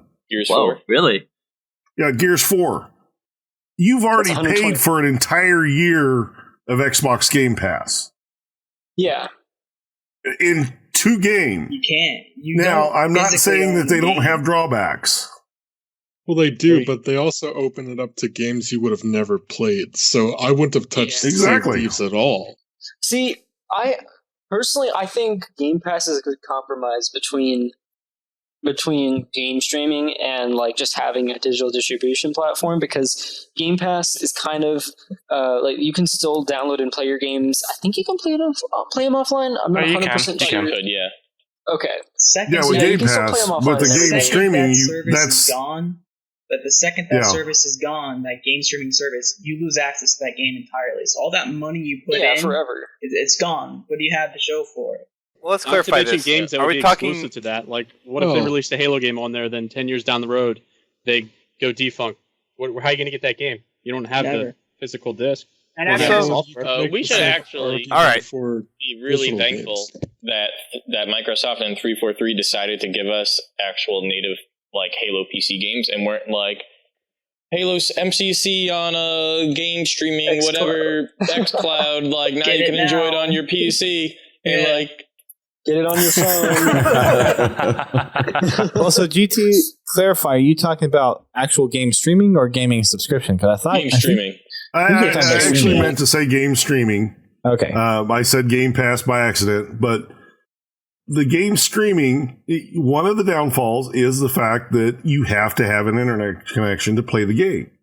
And a good one. Another drawback is that the service is possibly at some point going to go away, but if Microsoft is backing it, I'm thinking it's probably not going to go away for a while. Just like Windows Phone. Or like this. Say there's some malicious group out there that wants to just be an... Hey, I still run a Windows Phone, so... Hey, I have a 920, I have a 920 and a 1520 and a 900. I just don't use them. But. Think about it like this. You have millions of people playing this gaming streaming service, and then you have a malicious group that comes out and does a huge, massive DDoS attack on it. Now all those people can't play their games. Or they get latency for no reason. Like, it introduces so much more problems. Who remembers Lizard Squad from like 2013?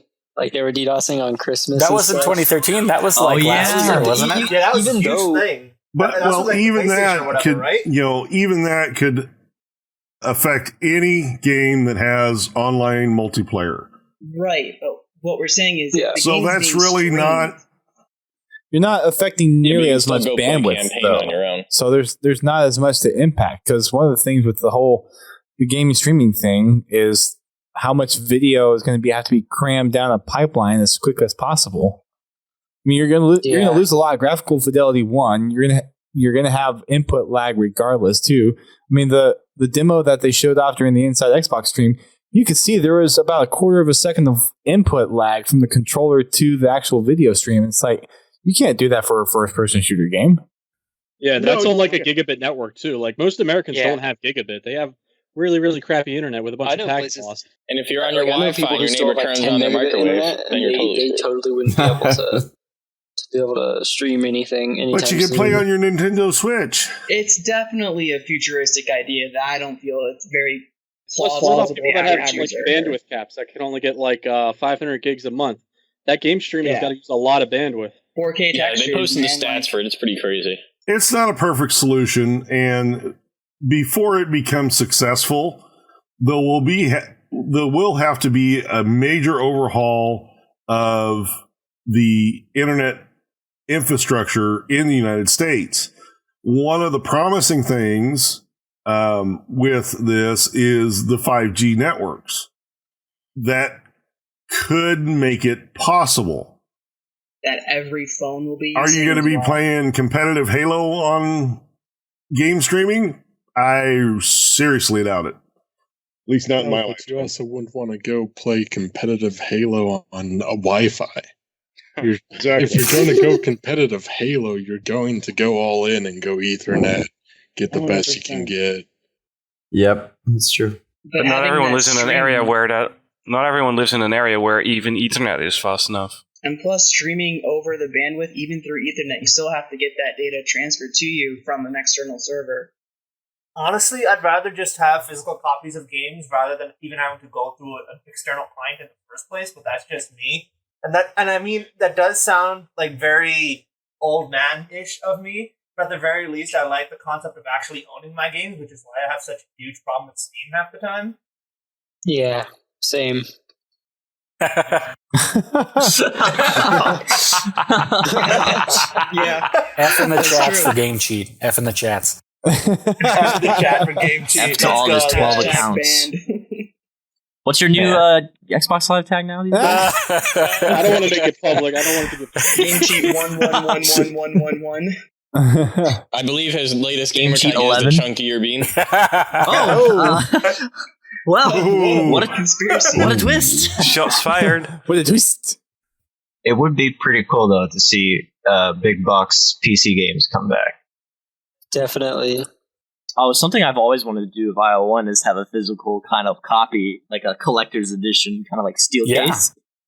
That would just be so much fun to do. It's pointless because it's a digital game that you get on the internet, but it's the collector community will eat that up. You should totally make it. Put a floppy disk in there too. Here you go, everybody. This is the failed Halo fan game. 5 1/4 disc. Never came out. Store it on 20 floppy disks. Do what Bethesda Wait, you think did that's and put a cardboard You can make an CD. entire book. Let's put Halo 5, the entirety of floppies Halo 5 fit on the floppy game. disks. You'll just have an entire room of floppy disks, just so you can install it one disk at a time. And every time Everybody you likes a open flop. a rec pack, it's another floppy disk. Please insert disk 524. 1.4 megabytes, or let's see, 101 gigabytes divided by 1.4 megabytes. Oh, jeez. Times. Someone's actually doing the math. I can hear the keyboards. Okay, no, hold on. So 101 gigs, and that's times 1024 to turn into megs, and then you got to divide it by 1.44. how much megabytes was it? That is so much math right now.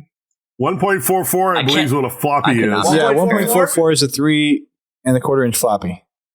You need 71,822 floppy disks. Oh my Do you want to repeat what you just said? Easy. Guys, let's do it. And then Let's when do you're it. done installing it, you need to find one that you need to use as DRM. So you need to stick it in your PC. It would only take 300 years to install it. Somebody's saying put it on punch cards. Oh my god. Oh jeez. In all seriousness, though, the Griffball community has made some custom cases for some of the retail games. Like I have a all Griffball three. case for Halo 5, and it's kind Yeah. of cool. There's one Yeah. for Halo 4. Oh, cool. And MCC. Yeah, make a custom hard case and put a special features disc in there with it. We'll make all these VDocs. I don't know if any of you guys follow That's actually a good idea. retro FPS games, we're but not nerds. Sigil. Oh, okay. Oh, Damn. yeah. Ugh. Yeah. But Sigil, made by John Romero, it's a basically map pack for Doom, but he released a big box version of it with a USB drive that's themed after a floppy disk.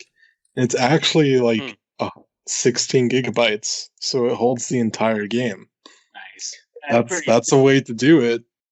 Hey, there you go. So it's like, pretty legit, it's like a USB drive that looks like a floppy disk. Yes. Yeah, it just pops out the side of the floppy. I think you should put it on a laser disc. People don't know what to do. What is this ancient technology? Oh. Coming exclusively to VCD. No, it's actually coming to HD DVD. I don't know what you guys are talking about. HD DVD. player Yeah, I for still the have mine 360. too. And I have my HD DVDs.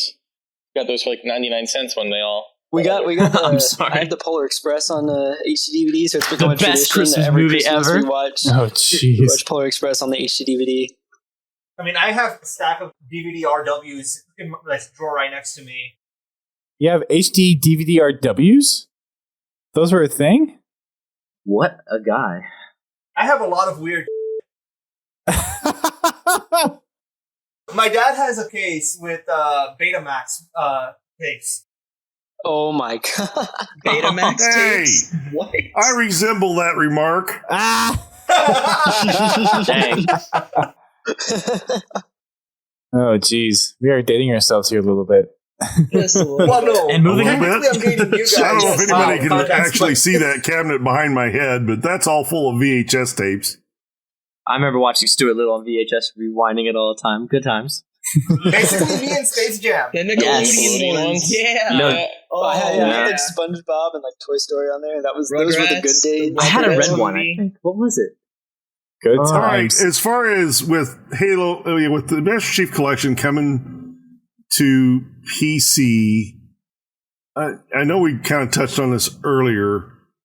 What are some of the things that you deem are required for the port to PC to make it a true Besides PC what they've title? announced? Yeah, besides what they've announced. Besides what they've announced. An editing kit. Yes, Of course. absolutely. I don't think an editing kit is For each game. requirement. Or at least like Halo 2 Anniversary multiplayer, Halo 3, Halo 4. Oh my gosh, I would do mad things for Halo 2 Anniversary's multiplayer. Well, you could fix it with the editing kit. You could just rebalance everything. Advanced Just audio correct me if I'm options, wrong. really. Is Halo 2 Anniversary's multiplayer the only true PBR Halo? I think Halo On 4 console? and Halo Online are PBR. No, I know Halo Online, I'm pretty sure that's PBR. Halo 3 uses PBR, but it's spec gloss PBR. Okay, so it's speculative. It's not metallic. No, it's not Matt Ruff. Okay. For those who don't know what PVR is, what's PVR? Physically Okay, based so- rendering. so- Physics-based Basically, Go ahead, rendering Sniper, if you pipeline wanna do that it. just makes things look more real by emulating how real world looks at. Basically, it takes what the real world does and tries to emulate that in a very physically accurate way, mostly through lighting. Oh, so that's why I suck at Halo 3. There you go. Now you found your excuse after all these years. Yeah, I'm gonna say that I don't think an etiquette's required, but I definitely don't think the game's gonna have the longevity or as an impassioned community without dedicated one. servers, I would say. Like the ability to have your own custom variant dedicated server. That's something that was pinnacle for PC games before the big explosion of Fortnite, which is all matchmaking because of the battle royale type thing. But when you look at games like Call of Duty and all those older ones on Steam, they all have browser lists where you can view custom game servers, dedicated servers. I think it's going to be weird having only matchmaking on the PC game. Well, the server browser is coming to the Xbox anyway, they said. It's going to look like the Halo 5 Forge one, which is giant squares where you scroll sideways. And you don't like the anime thumbnails? Oh, come on, man! You are not living the life. Not practical in any sort of sense. Well, you had Halo 2 where you just had lists. Yeah, that works. Yeah, it's fine. I'd like to see something like Battlefield, where you can just rent a server and you can have your custom little thumbnail when you click on it. Honestly, server space is so... Well, the only thing I see a problem with dedicated servers is that if they're going to provide the dedicated servers and people are running mods, that's just opening up the whole bag of worms. Yeah. Like, you can do some... Sorry, I missed that. Yeah, just upload a mod, run this executable on your server. One point that wasn't brought up, I think there should be an option for PC to have its own customs browser or server browser, because things like modded maps and not modded maps, but custom maps and stuff, if they're a thing, going like say on the Xbox, you go into a custom games browser, you press A on this, and it says this game this requires a PC because this is a custom map, and like the whole game just being filled with custom maps and stuff, not being able to actually join a game. So maybe having an option to like switch to filters, kind of crossplay mode or something, so it's only like the vanilla maps. Yeah, you could have filter options for searching, like query specific things only. Yeah, and like the Xbox version would only be able to play the original maps. Yeah, you can have that switch on the PC side, and that way, if you want to play crossplay, you have to play with mods disabled. Mm-hmm. Or you can just do like Gears of War, where it's an entirely separate playlist. Yeah, but that's lame. You want to be able to play with everyone. On the subject of editing kit, really let there be campaign support and don't restrict it based on what you think the community should be doing. Like you being 343 or Microsoft, like so much crazy shit has gone down in CE just because we had 99.9% of the original dev tools. It's pretty amazing. Oh my god, pathfinding. Did somebody say pathfinding? Oh boy. It's funny because it's like ElDewrito pathfinding is such like a complex thing in Halo and in the Blam engine, but in Unity, it's literally just clicking 3 buttons. Dude, the nav mesh is hot. The nav mesh. Yes. Yeah, there is something that I just realized is probably a good thing, because we were all stuck. There's also the whole talk about how Reach is getting a quote unquote remaster, right, for MCC PC. One thing I would like to see, and it's not a deal breaker, but one thing I would like to see is like higher resolution textures for everything. Because I know that like Reach and Halo 3 are using like 256 textures basically, or what? That could be 20. Yeah, for some of them. Yeah, like the Halo 3 Assault Rifle I know is like 512 by 512, and it's kind of gross. But I think in MCC on Halo 3 anyway, they had higher resolution textures. No, they didn't actually. They didn't? From what I understand, well, until the 4K a update, lot of right? that source data was lost because a lot of that stuff was contracted out during Halo 3 and whatever. I would imagine like not all of that is available. But if you guys haven't seen it, there's a lot of these AI based machine learning up-res tools, and like how when you watch like CSI or whatever, they're like, oh, like, can you identify that guy over there by the lamppost? The image is too low resolution. And they're like, yeah, sure. Let me up the resolution. And they press a button. Yeah, well, now you can actually... We're in the future. And Waifu2X. And Waifu2X is some other tools like that. Yeah, it does a much better job than you would think. It like looks at a sample of like, say 100 images and like textures, and it's able to understand what materials or what. It's like really crazy how it works. It looks really good. I can link a thread I'm to be honest, that stuff is. There's a reason why there's an artist behind those textures. Okay. So, I know people who are skeptical about it. They're skeptical about it until they see some of the comparisons. Like, if you look at Final Fantasy IX, I want to say, it actually got, like, there's this guy working on upscaling the entire game, and it's like, you can barely even tell the difference. Yeah, I mean, I've seen comparisons. I'm just not impressed. I think I just put there needs to be an artist. A link in the Skype chat. I don't know if that's Storm, if you want to link that in the main chat for people to look at. But it's pretty impressive just looking in here and how much extra visual fidelity it's able to get out. That Ezergan? Yeah. Yeah, I've been talking to my friends about Ezergan for a little while now recently. Also, I just want to point this out. My phone battery's at 3%, so I might straight up die in the next few minutes. Go get that charger, man. Hurry. No, I've been charging this entire time. I started with like 70%. Your charger's clearly not working. No, it's definitely charging. Just doing so very, and I'm now at 2%. F in the chat. Rest in peace. R93. All right. Well, other than the mod tools, is there anything else you think that the PC port needs? It's only theater. Advanced audio. Okay. Let's go in order because everyone's trying to talk at once here. So let's start with Unikraken. I don't know. I don't really mod the actual Halo games themselves, so those kind of utilities. Masterz. Next. I'm just kidding. I'm more talking as you guys are PC players. What do you think the MCC needs to be a PC title? Other than what's already been talked about or already been announced. Other than mod support. They need a clean PC-centric UI. One problem with Vista, for example, is that the buttons are just huge. Like, it's clearly a game meant to be played on a TV and you sitting on a couch with a controller in your hand. It's not necessarily really for you to be using a mouse and sitting like right in front of the screen. Like, you could fit so much more information if you just made some options smaller and just move some stuff around, and it would look so much cleaner. And that's one thing I feel that they could improve to make because to get into matches, it should never be like a pain in the ass, especially for PC users. They should never be confused. Like, oh, look at all this. Like, I feel like I could get more information out of this. Like, that's what I feel they should do. I don't know how it's going to work with the MCC UI, but the MCC UI is not the greatest. That font is way too small on bigger TVs. You have to go up with a magnifying glass to read it.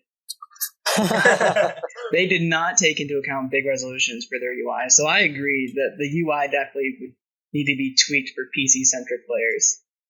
I mean, also just advanced audio options for games, like being able to lower environmental sounds, heighten footstep sounds, like control weapon shooting sounds, firing sounds, stuff like that. You see, that'd be cool, but I could see people in competitive play just completely turning off background sounds and turning up footstep sounds. Well, then you would have globalized settings for competitive play, like we were talking about with the FOV.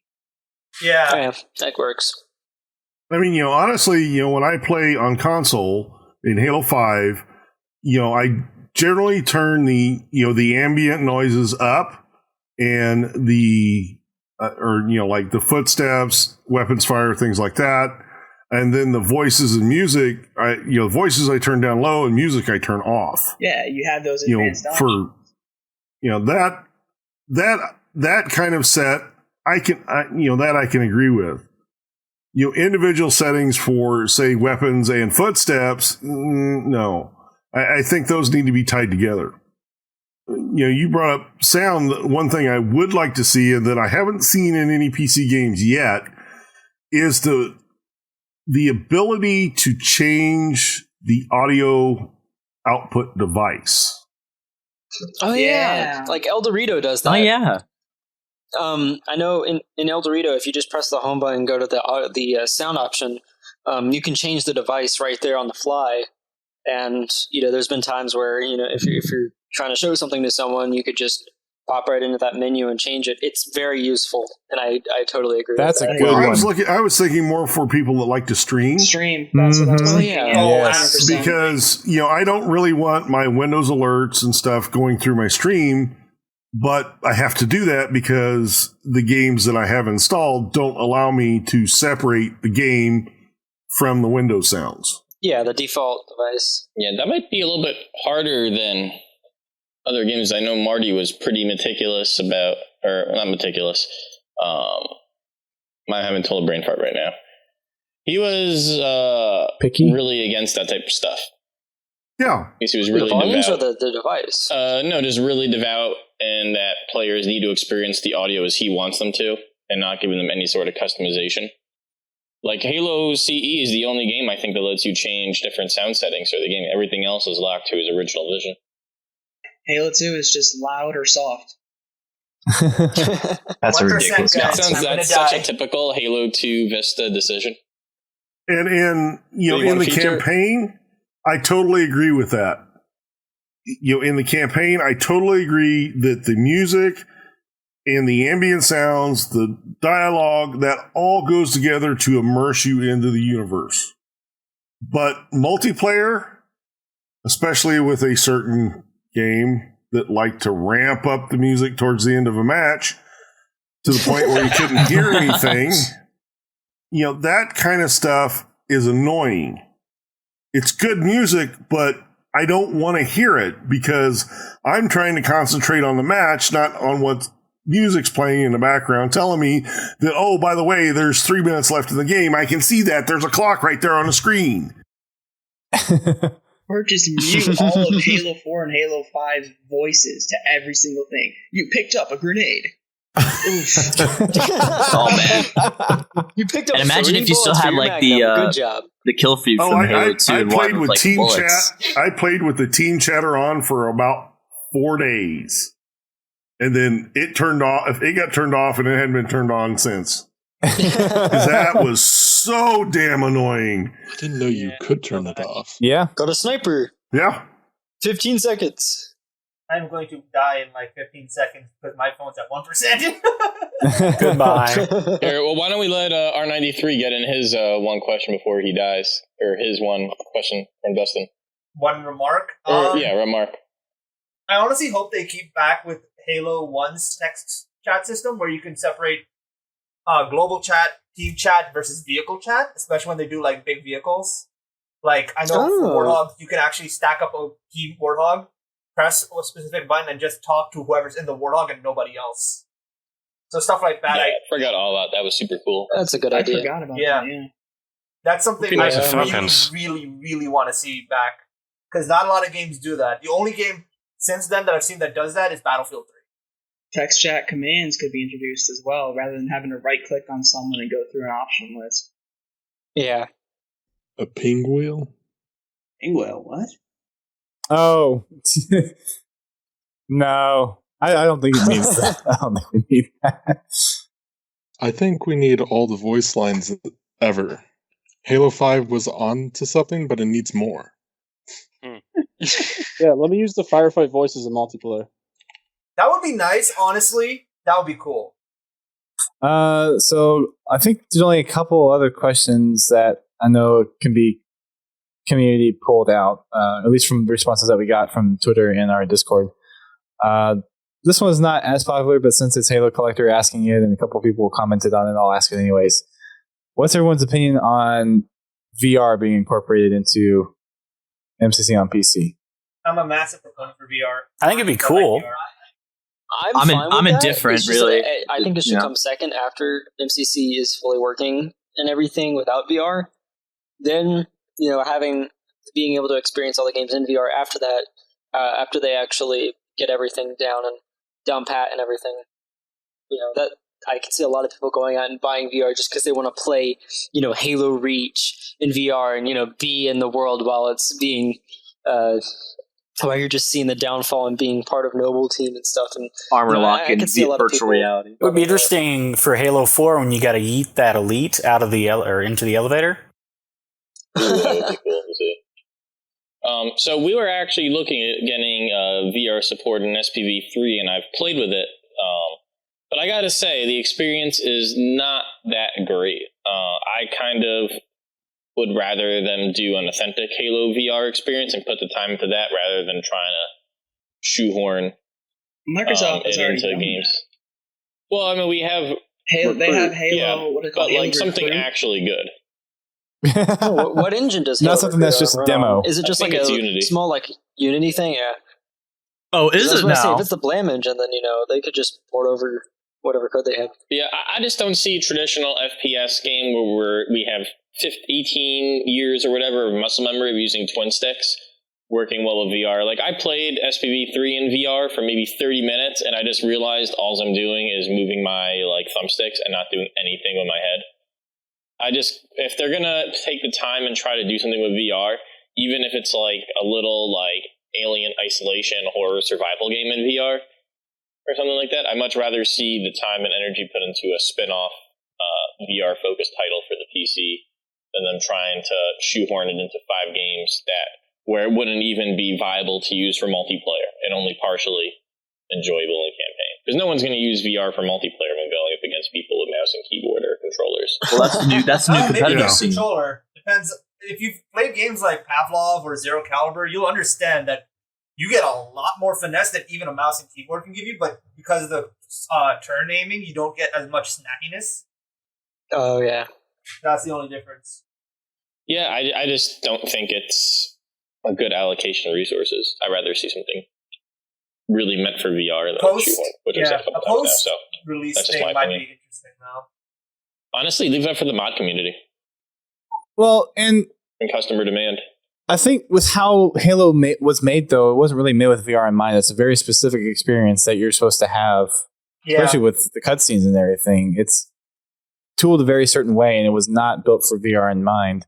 So I think if you're going to do a VR game, it needs to be its own dedicated game, or maybe with maybe with something with the Slipspace engine, having some kind of dev kit there to where maybe you can create some kind of VR experience, but it needs to be purpose-built VR. I don't think you can take MCC. Get Fireteam Raven and make that into a VR game. I've heard people say that, and people have been giving me that remark too. I'm like, I like that idea. Can we do this, please? Well, we were gonna, when we realized that when I was playing for 30 minutes SPV3 in VR, I'm like, this sucks. I was like, maybe I can do something with preset recorded animations for the player where they go into an area and they just shoot people, with their head moving their head around in the controller, and they can't actually move and lock the input and do something like that. So Halo C on rails, sort of. It's Time Crisis, basically, but Halo that's kind of the best I could think of.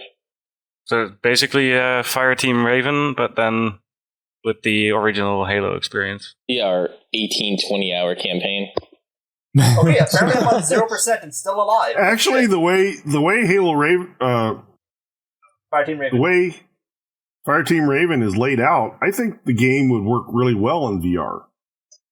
Yeah, no, that's what I was thinking. I mean, it already has kind of the surround landscape, the field of view, and you only have the gun and 2 buttons on the actual machine. You have your reload button, and then you have your grenade button. Well, of course your trigger, but so that could be ported to a set of hand wands pretty easily. And if you really wanted, you could hold them next to each other right in front of you, and it'd be just like playing Fireteam Raven at the arcade. Yeah, like I was saying, I think doing investing the money into something like that, a Fireteam Raven or a Fireteam Raven spinoff for VR on the PC would be a better use of time and money. Yeah, for them than Fireteam Raven. And before Fireteam Raven. Well, the thing about time and money is that if MCC sells really well on the PC, they're going to have more money and more ability to do that kind of stuff. Money. Yeah, it just depends on what they do with Infinite. I mean, if they want Infinite to be this, I don't know, if they want to keep Infinite going as long as Halo 5 did with support, then are they going to want to deviate people from that for a while, or are they going to want to do a title that can't be shared by the Xbox users That's kind of it's like hard to see them doing a big title that would be just for PC, even if PC makes them a lot of money, because then they're gonna not be able to get that to their Xbox people, unless the Scarlet has VR support, in which case that's a whole different ballgame. So maybe. Well, actually, they've had on their jobs page stuff about UE4 people. Yes, in VR. they have. So, I mean, it's not. I mean, it's been public on their pages. So who knows what they're doing? Or maybe that was just for. It's Halo 3 Remastered on UE4. I think someone's already doing that. Finish the fight for the 10th time. There you go. Halo games in UE4? No, that won't ever work. I mean, talk about Halo games in Unity. Like, who in their right mind would ever want to do that? I know, right? Yeah. Freaking losers. So my last question that I have, and I'll, if GT has one, he can ask it after this one. But with kind of older PC games in the era of when Halo came out, being mostly server browsers and a lot more PC games today doing matchmaking, do you think MCC on PC should support one or the other, or both? Both. Absolutely both. I mean, look at Counter-Strike. 100% like, both. when Global or CSGO came out, that was the first time Counter-Strike had matchmaking. That changed everything about Counter-Strike. Because back in the day, it was just server browser. But now you had an actual chance to have a rank, play with people the same rank, rank up, unlock things. It's a whole incentive to keep playing the game. You know what, Tosh? That's okay, though. That's every game. There's always going to be people who are sweaty at a game. Absolutely. So. Then there'll be Smurfs. I mean, there's these things that you really can't avoid when it comes to... Unless you're Josh Mank. Video games. That's true. I mean, yeah, if you just do, say, competitive or super sweaty for matchmaking, and then you have, like, social for the browser list. That'd be ideal. Just do it how they do it on MCC currently. That's like one of the best implementations of the split system that I've ever seen. The composer stuff? Composer stuff is really cool. It's actually pretty close to what they originally described for Halo 2 back in the day. Like they said in Halo 2, be able to... what is that? Is it in Strategy Guide or an old magazine I have? They were talking about how like you'd be able to, if you liked Oddball, you'd be able to say you want Oddball and Lockout, and it would find you a game of people who wanted to play Oddball and Lockout. And that's what everybody was expecting. Then the game comes out, and it's like, you're playing Coagulation with SMG starts. And everybody like screamed at the clouds. We admit it was a bad idea. Exactly how it shipped 10 years ago. If it had to be one or the other, definitely server browser. I would not want matchmaking, personally. See, the only thing for me is, as long as we've had Halo on PC, there has been no actual implementation of a matchmaking system. Like, I don't know if you Cartographer guys or ElDewrito guys ever got like something in the works to have like some kind of quick match system. Well, no, that's a lie, because quick match system is in Halo 2. Vista. But it's and you guys just brought that back.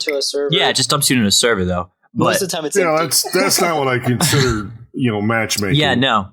But I just really want to see a matchmaking server for PC, because we've had it for so many years without it. It's like, please, somebody have one. But that's just me. Well, that also helps with the competitive side, too, when people are just going in and goofing around with their buddies. Well, I like getting sweaty, so, Huh? I like getting sweaty, so. Well, I think you need that competitive edge for PC somewhere, at least, even though you might not have HCS be it'll happen. The official platform on PC. It might still be Xbox, but you still need that competitive edge, because that's what Halo's come to be known for, is that competitiveness. And if you can bring that to PC, I think in addition to the server browser, which is a very PC thing to begin with, that will actually help keep a lot of interest if people can go in and want to try to get better and get more competitive. Salt's got to leave. Yeah, I gotta go, because I have to wake up in like 4 hours from now, so... Oh, you have a life? I'm sorry for you. Well, thanks for joining us. I just wanted to hang out in one of these podcasts, because last time I couldn't join because it was the same issue with the timing. But it was fun hanging out, and thanks for having me. Yeah, thanks for joining us. It's great. Yeah, thanks for coming. Good to have you here. Look forward to having you on next time. All right, I'll see most of you later, I guess. Yep, on Discord. There you go. Good night. See ya. what do you all think about having MCC on PC be integrated in with Discord? With Discord invites and joining and stuff. So like getting invites. Wow. Yeah, like ElDewrito. Yeah. Yes, just like ElDewrito, because that was amazing. You think that should be being able to say, "Hey, you want to play my game?" Literally in the text chat program, you click invite. Yeah, you hit the plus. Bam. That was great. I mean, I don't see what the point would be if you already have say Steam. it's a requirement. Yeah, so but much people use Discord. I mean, I think it's the convenience. Discord now too, it comes down with They do have convenience. a partnership. You can view Xbox Live games right now on your profiles. Whoa, look at that. I mean, And like so many also, people and use. people who bought it on the Windows Store don't have it on Steam, so Discord could be a great way to, like, on the r/Halo Discord server, they could have just like an invites channel that you can just, or even in the official one, you could just have an invites channel so people could just say, "Hey, I'm playing some custom games with these settings," and then just send an invite. So then if you're just looking to play some wacky custom game, you can go into the invites channel. Or even join a mod server that way. Yeah. But even then, definitely. aren't they having you sign in with your Xbox Live account? So wouldn't they maybe do the invites through that? Well, I think they they're can do it saying through that the Xbox Live account is required even on Steam. You can still have the joining and everything happen through the Xbox Live account. It's just on Discord, you click join, and then it does the join It process. starts up your game, signs you in, and then you join. Just like that. Sounds kind of pointless, to be honest, personally. I mean, I could see use for it, or people, especially with ElDewrito, sometimes your game wouldn't show up in the server browser, even if you had everything on. You could just say, "Here's a Discord invite," instead of having to type in like an IP or anything. That's actually something I want to bring up. Yes. Yeah, exactly. Now, one thing that Plus, never mind the marketing exposure when people see that they can join in with somebody. Yeah, that's true. One thing I want to see happen is something small but very very important. I'd like to see a direct IP option in the game where you can just type in the IP of whoever's hosting and it joins. Gone since Halo PC. Yeah, because I know it was on a custom edition and a Halo PC, but I still use that feature to this day. If I'm ever going to play with someone, I'm not going to start up a game and then scroll through a ton of different games just to find theirs and then put in a password. I could just type in their IP. Underscore. But you could save that as redundant because they would have invites. You can easily just invite someone or join in progress when someone's like that. Where you right click. Yeah, I mean that works. Like, no, I wouldn't be like. I wouldn't cry or anything if it wasn't there, especially if invites were there. Then it makes it kind of obsolete. Well, that brings up the topic. Should there be custom hosted dedicated servers? Totally. I think you're going to have to do that if you want. Anybody with a half decent PC sitting around in their closet should be able to host a custom game server or like a server for their clan or something, just so then they, it's without a live requirement options. To host the server. Without a live key. No. Please, no live key. Oh my god. Halo 2 was a nightmare. That was bad. I remember. I tried. I had to call their phone number to get my game working one time. They had limited uses on the keys for servers too. Those weren't even like infinite. It was 10 activations, I think, was the limit. Yeah, I remember if you went past that limit, you had to call their automated phone service, and they would put in a bunch of codes, and it would be like, "How many computers have used this on?" You'd be like, "1." And they'd be like, "All right, good enough. It's registered." Yeah, easy. Yeah, it's crazy. Any kind of DRM on PC like that, or like any kind of thing where you have to go through a service like Microsoft or how to kill your game. Not just that, but how to get your consumers to hate you, how to pretty much kill your game because you cut off support for your game, no one else can, except in this instance, Cartographer can. You get my point. Like it's or someone's going to do it better than you, and they're going to be the ones who succeed. I don't think they require a key for the dedicated server. Like if you look on Steam, there's a bunch of dedicated servers for like Call of Duty and all this stuff. Yep. Just there to download, even if you don't own the game. Yeah.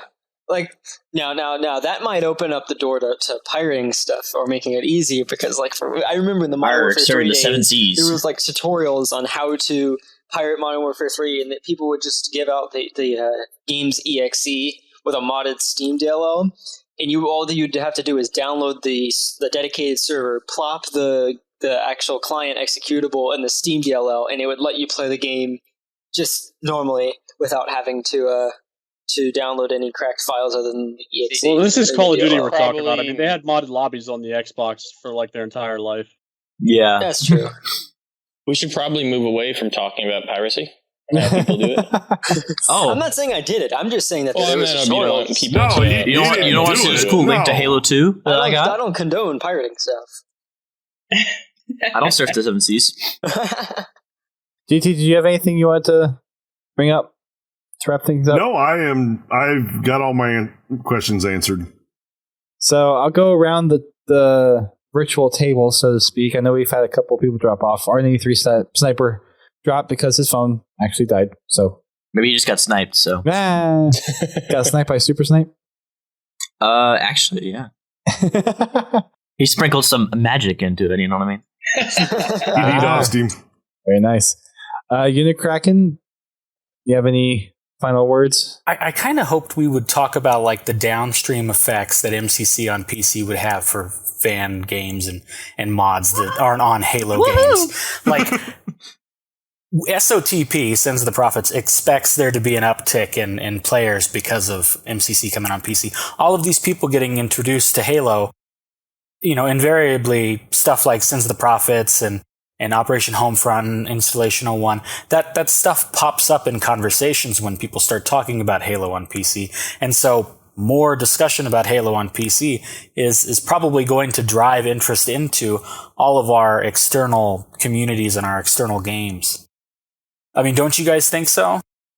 Absolutely, yeah. Yeah, 100% I do.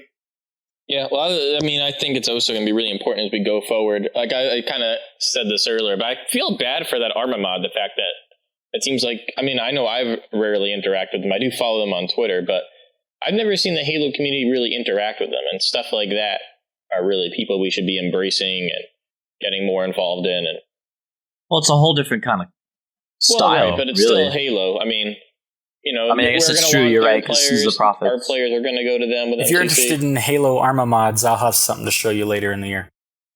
Ooh, well then. Sins of the Prophets. I don't know. I can't really talk about it right now, but I will put that pin out there.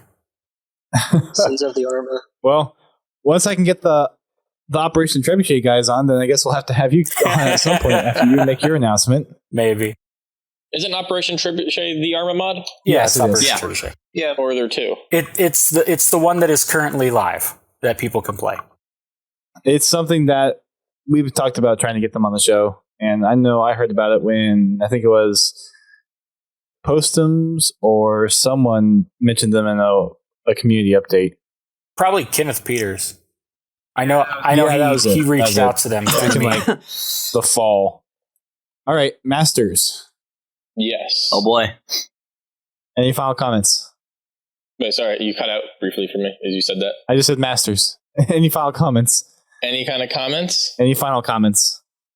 Just that, if you like what you see on the PC, no matter what game it is, or what genre, I think it's more important now than ever that everybody's vocal about the games that are out there and what they like, because the best way for us to have a healthy Halo MCC PC community with lots of mod support is to get people demanding it and get people involved and get people active, and that means making people feel welcome no matter who they are and reaching out to whoever you can to get this to be the biggest, most involved community we can, because I think that's really going to dictate a lot of what happens going forward. Yeah, Halo's I know we're probably like one of the most dedicated communities out there. No, of course, there's other very dedicated communities, but with everything that's been done with, coming to the ElDewrito mod or, all the efforts, it's kind of mind-boggling and mind-blowing and honestly just amazing. The amount of power that a game like Halo that a lot of people would think, if you're not a Halo gamer or barely know about Halo, it's like, oh, well, that's just that other console first-person shooter. The efforts and time put into a series like this, it's amazing, and especially for it being all of our favorite series. I mean, when you look at it, look at Halo's multimedia. It's so expansive. Oh yeah, like you could not have anything like that with Call of Duty. I mean, maybe you could. You could, but they just didn't. They didn't capitalize. They just didn't.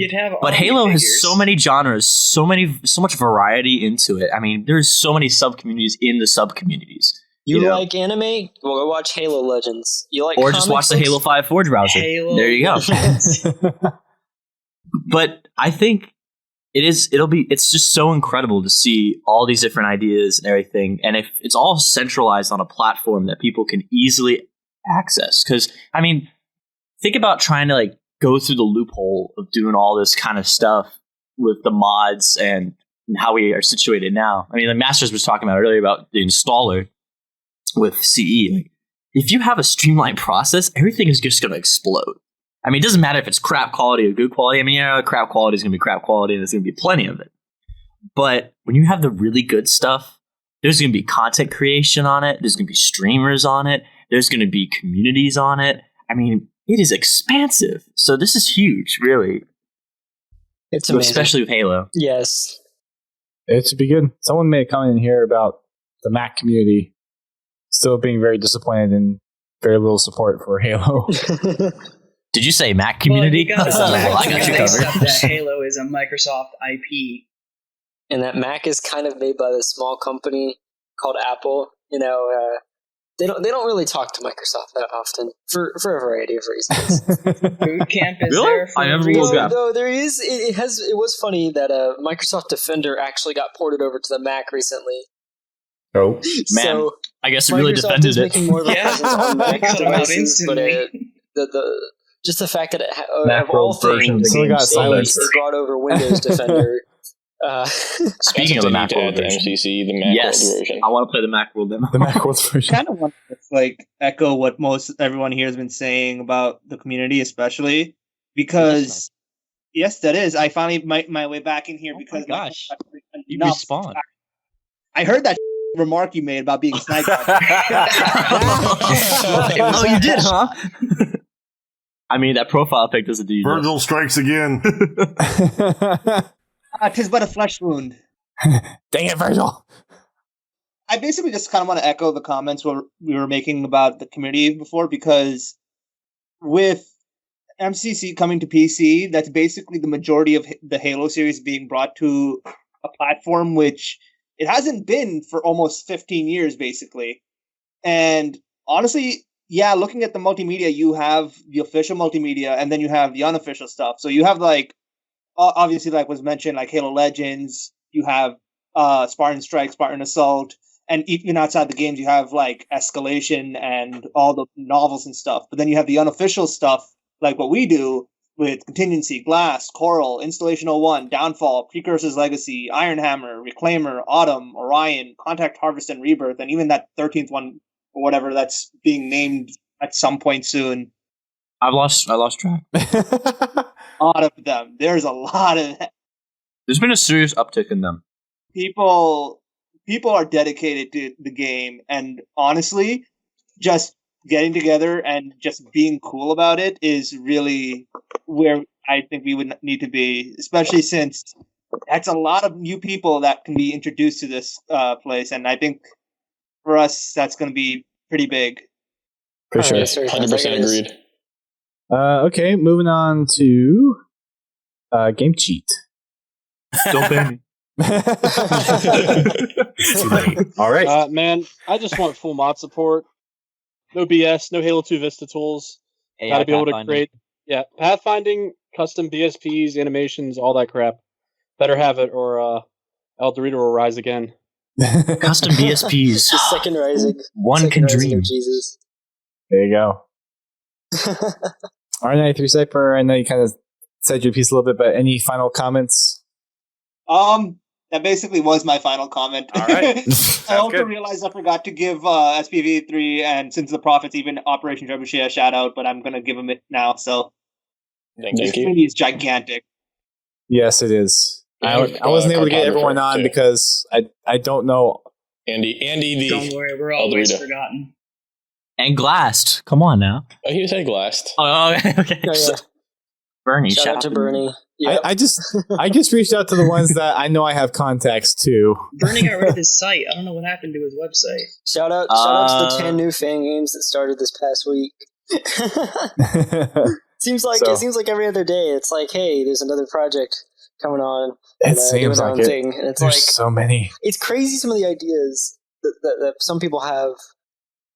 I also want to say something real quick. My friends over at the Halo VR server are also asking for a shout out because I also brought Dustin there to shit around with us for a while. No. Yep. And you guys have a podcast too. Yep, we had it today, right before this one. I saw the ping pad. I'm like, oh no, is Sniper gonna make it? I've actually been on that podcast once. That was amazing. I gotta Cool. I gotta get VR, and then we can do another one. There you go. All right, SuperSniper. I'm pretty sure we touched up on everything I wanted to talk about. One thing we didn't really get to, though, was how the game will handle on different operating systems versus Windows 7 versus Windows 10 and their heavy influence on gaming nowadays.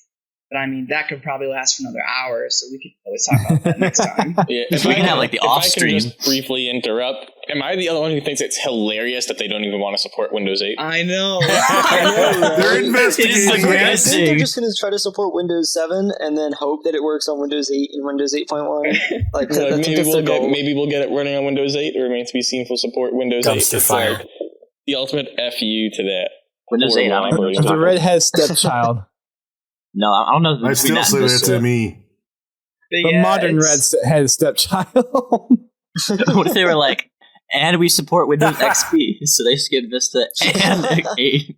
They should support Windows Vista. Just a big slap in the face to Windows 8. Ooh. You know. I mean, you got to do what you got to do. With Windows Vista, at least everyone will have Halo 3 Vista. Now supports Windows Me. Man, don't get me started on that. Windows NT 5 support Win. All right, the sad thing is there's probably more machines still out there running XP than there are Windows 8. Absolutely. Yes, there probably more are. running 2000 than Windows 8. I mean, just check the Steam player base stats thing, see what hardware people are using. I'm pretty sure XP's up there still. You can actually still run Steam on XP. I remember when they right up to the day that they said that they were going to be shutting down support for XP and that I wouldn't receive any updates. And not Windows XP itself, but Steam for XP. But at the beginning of this year, it was like you could still open up the Steam and download stuff and play games on it, even after they said that they would just completely cut it off. And I don't know if that's still true to this day, but it literally. Well, Cheat can tell you. I'm about to install Windows XP tomorrow. Actually, get some old Halo 2 Xbox audio off because there's apparently no good tools for Halo 2 audio extraction. Yeah, Xbox today, so I have to install a VM. Just do it in a VM because. But actually, I was running it on a native Pentium 4. I found a few games. I was playing like the original CS 1.6 and stuff on my old Pentium 4 PC. That was quite interesting. Just downloading the game through Steam and then playing it on a device that's just as old as Halo 2. Now the next thing that we need to do is run xCloud on it. Then that's the next level of sorcery. All right, General 101. I have no final thoughts, really. North Monk. Yeah, I basically just listened for like 2 hours. I don't even think I've spoken once. Customization is a big thing for me, and I'm pretty sure they announced officially that they're bringing it back in Reach. Like full customization is going to be in Reach. I think they announced it. And I hope it's going to be in other games as well, like Halo 3, for example. I would like to get these skulls back, to get the Yabusa armor and stuff. That would be great to unlock things. And yeah, customization in general. All the rest is covered, I think. So that's pretty much it. Awesome. Bean. Hello. I was going to piggyback off of something, and I can't remember what it was. So I don't know if you guys had followed the film industry much, or indie film, and I guess it kind of applies to indie gaming or game development. But in the last 5 years, or 6, 7, 8 years, the explosion of film indie and game indie has just gone tenfold because of all of the applications we can use that are on our computers that the real world uses in the industry. So you got Substance Painter that anybody can have a license to. They use that in the industry. You have Quixel, Megascans. You have Adobe After Effects. You have Adobe Premiere Pro. I mean, you even have I don't remember the other one. Blender? Why not Blender? So, 5 years, 6 years ago, we didn't have this as many fan games at all. Like, we had Contingency was on CryEngine, Glass was on Unreal, and these were older versions of our engines, so they weren't only one that really supported physical-based rendering at the time was probably UDK and CryEngine. Is that right, R93? And Unity did not. Like, you had to have a custom solution. It was a pain in the butt. So we're at a point now. All these engines have been updated and are very easily accessible. You are seeing tons of people come out and make their own thing, and it is incredible how just the drive to do your own thing. Imagine if we had like a source based or like the source engines like SDK, a la Halo though, and imagine like my hope is we can have some universal thing. It's probably impossible, but again, I like to dream where you can just have spawn your entities, you spawn your skybox and all that kind of crap, and you can just set it to whatever game. You can work inside that kind of level editor or the editing kit that came with it, whatever the dev tools used. That is what I'm really, really excited for because there's tons of creative people out there on the internet. Maybe a little too creative, but it's there. And if Halo can capitalize on that, I see the MCC PC version of Halo and all the classics becoming a universal platform for PC that can go on, and hopefully I would like to see some spin-offs just come out straight from those engines that are there. If you want to do something with Halo 2 Anniversary multiplayer, imagine if you could. And you 343 could do whatever they'd like with Infinite and Onward. But you still got that, PC community that's creating all this cool stuff that they could either support like Valve does or like other game companies. I guess I only can think of Valve. That's just what I'm really excited for. It's just the time of content creation. It's much easier to record on PC. It's much easier to stream. Everything just becomes so much more simplified. And I think if you can create more simplicity with your product, the easier it is for people to pick it up and play. Yeah, I agree. Yeah, I mean, I guess it's kind of an unpopular opinion, but I would kind of like to just see Reach be the main development platform for the community and just let everybody go crazy with that, fully support it, and just focus on making one game. And that engine is probably the best one for the community to develop for, and just focus on just trying to have a really strong, unified community where Halo content can be made. They just need to make it to where it's not just all gray. I could see them like animations and models and everything. I don't know exactly how it would work, but I know that you could at least there are ways that you could get like maps and models and all that from other versions of the engine, like Halo 3 to Halo Reach and vice versa. All the same engine. It all works majority of the time. They have backward compatibility with a lot of tags for that. Yeah. So I could definitely see someone going in and just creating like a universal tag set of like all the different kinds of weapons. So if you want a battle rifle, you can have a battle rifle. If you want to use the CE Magnum in your map, you can. Now, of course, you could import custom models and stuff like in this theoretical world where Reach is the one game. That would definitely, I could totally see that work, because that'd be the best version of the engine to use anyway. Imagine like an official mod comes out for like physical based rendering for Reach. I mean, not only would change that for Reach, but just in general. Pretty sure it's just a shader. It is a pain in the ass. Oh, excuse me. It's a pain in the butt to kind of go through Halo's old rendering pipeline now that we're at such a level of standardization. Yeah, I think across it's platforms. Just a shader, though. I'm pretty sure you could just write a PBR shader and There's probably a little bit more to it. Yeah. Because I don't think even Halo 3's HDR is proper HDR. Yeah. Well, their HDR is different. It's like photo HDR on your iPhone, where it's blending exposures rather than high dynamic range of whatever it is the color. I'm not really good at explaining it. People make fun of me if I misexplain it. That's okay, me too. It's not, it's HDR. They're both HDR, but they're like different HDR. It's a different way to achieve a better. It's the Xbox HDR. All right, Tosh. All this Halo talk has been cool and all. I just thought I was invited to talk about Doom, though. Oh my god! I thought I was invited to talk about Marathon. Who's excited for Doom Eternal? Raise your hand. I'm excited for Doom Eternal. I'm excited. I want a marathon game. A modern marathon. Oh yeah. Oh, marathon and Halo Reach engine. 343 All can make it happen. Oh yeah. Copyright into Destiny and Halo. Get the PC beta as part of the pre-order of MCC. I'm pretty sure they actually used part of the Tiger engine for Halo Reach for the armor abilities and stuff. That's what I was told, or at least that's what I remember. You mean the Blam engine for the Tiger engine? Yeah, they used the part of the Tiger engine. There's a lot of differences in Tiger. It's wild. Tiger's a different beast. No pun intended. Yeah. But no, a lot of that Reach stuff was really from the Shadowrun guys who.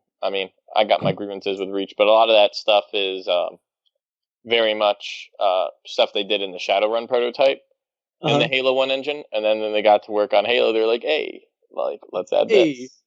Yeah. All right, JeBobs, wrap us up. All right. Oh, boy. He wants to shout out Wolves. Oh, yes. Shout out to Wolves, Mech Assault fan game, run by Ryan. He's a great dude. He's helped out Coral a lot, so yes, great. Shout out to him. But honestly, every time I just think about the Halo community and the Halo PC community specifically, I just feel so happy. It's always with everyone here, and especially with how transparent 343 is now. With everything and like anything and everything, it just makes me feel so grateful to be part of a community where you can, Do we have time to talk have about a casual conversation with the dev. No, it's been very transparent. Yeah, so it's been really great. Yeah, it's been amazing, and a lot of people totally would just wish to actually be able to talk to the devs of their favorite games. So, it's a blessing. Halo 2 E3 stream we had was probably like one of the most amazing things that I thought came out of this new era. I was like, they really did that. They actually did that. I'm hopeful we'll get to see Project Hagar stream. Quote from Zed, "Swiggity swag, put the builds in the bag." R93 knows what I mean. UE4 E3 demo. I would 2015. love that. Okay, we could do it. They don't even need to release the build. Just send us the maps folder. We just need the maps folder. Okay. I need the BSP. We'll build our own tools to extract the peer pressure.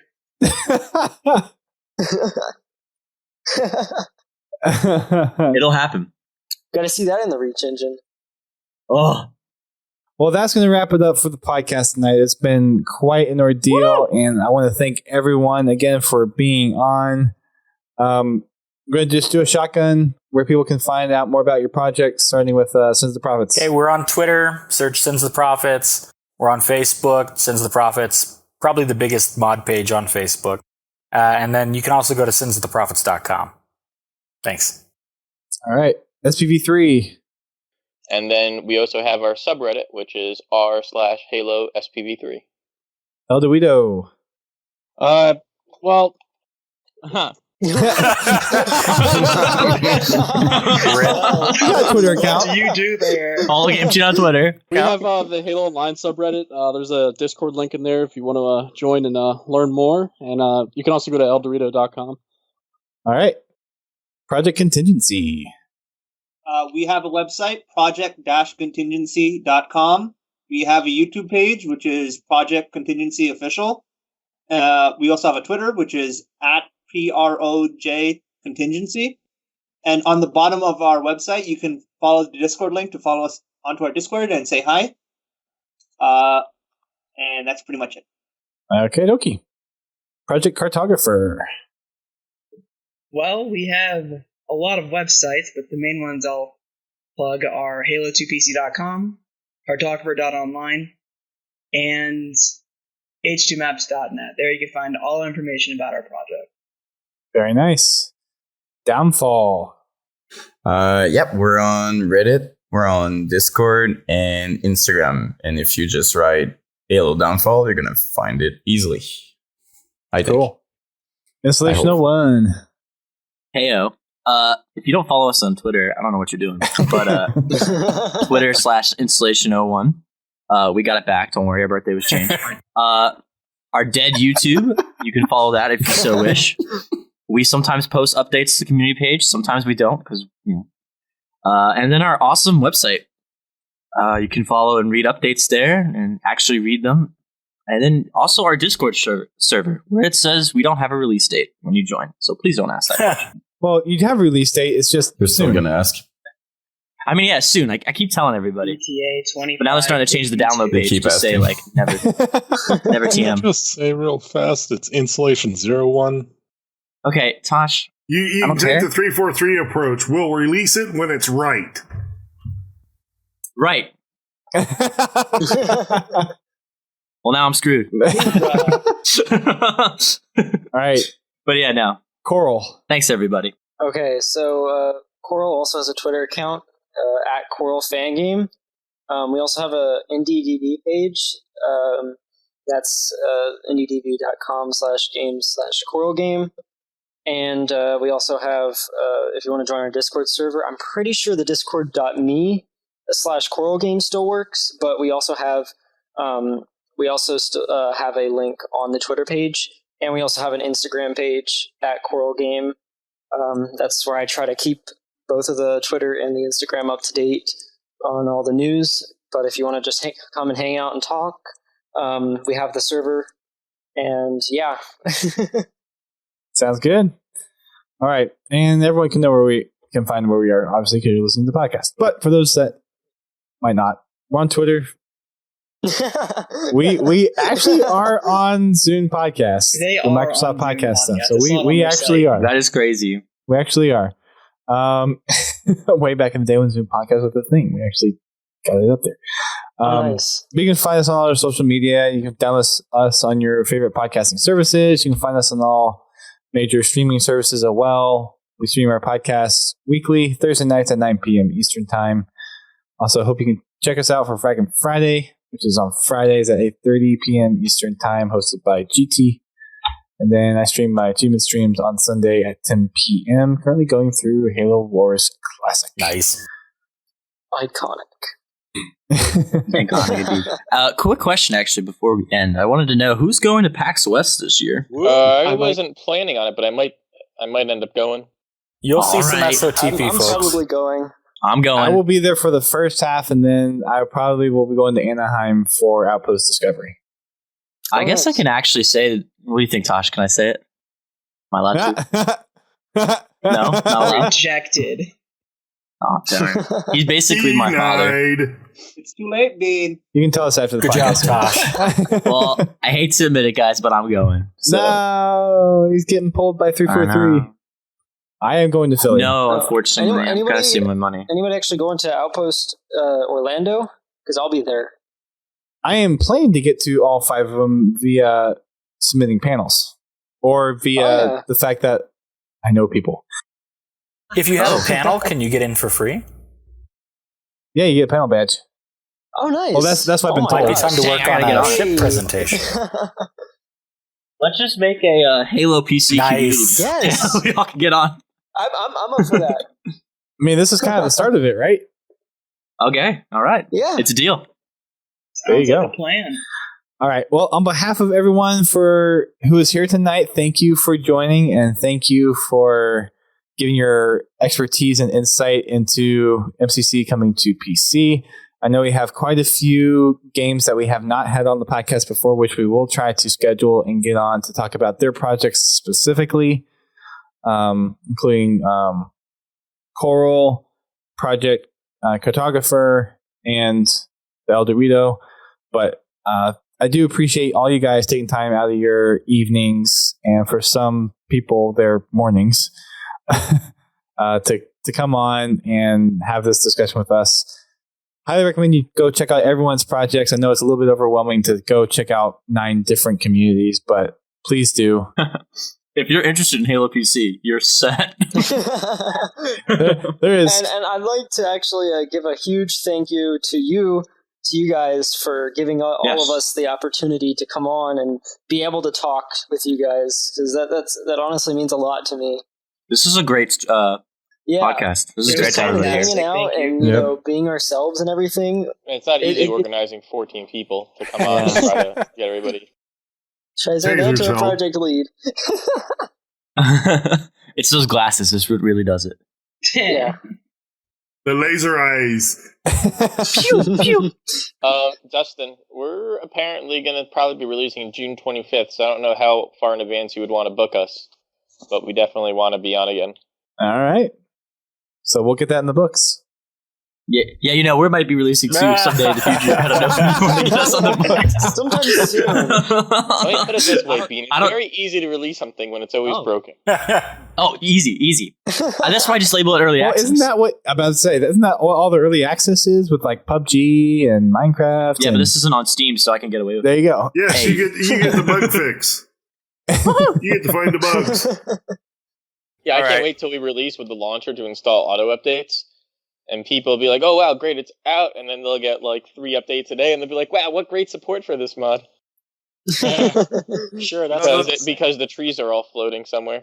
No, you'll release it, and then there'll be a day 1 10 gig update.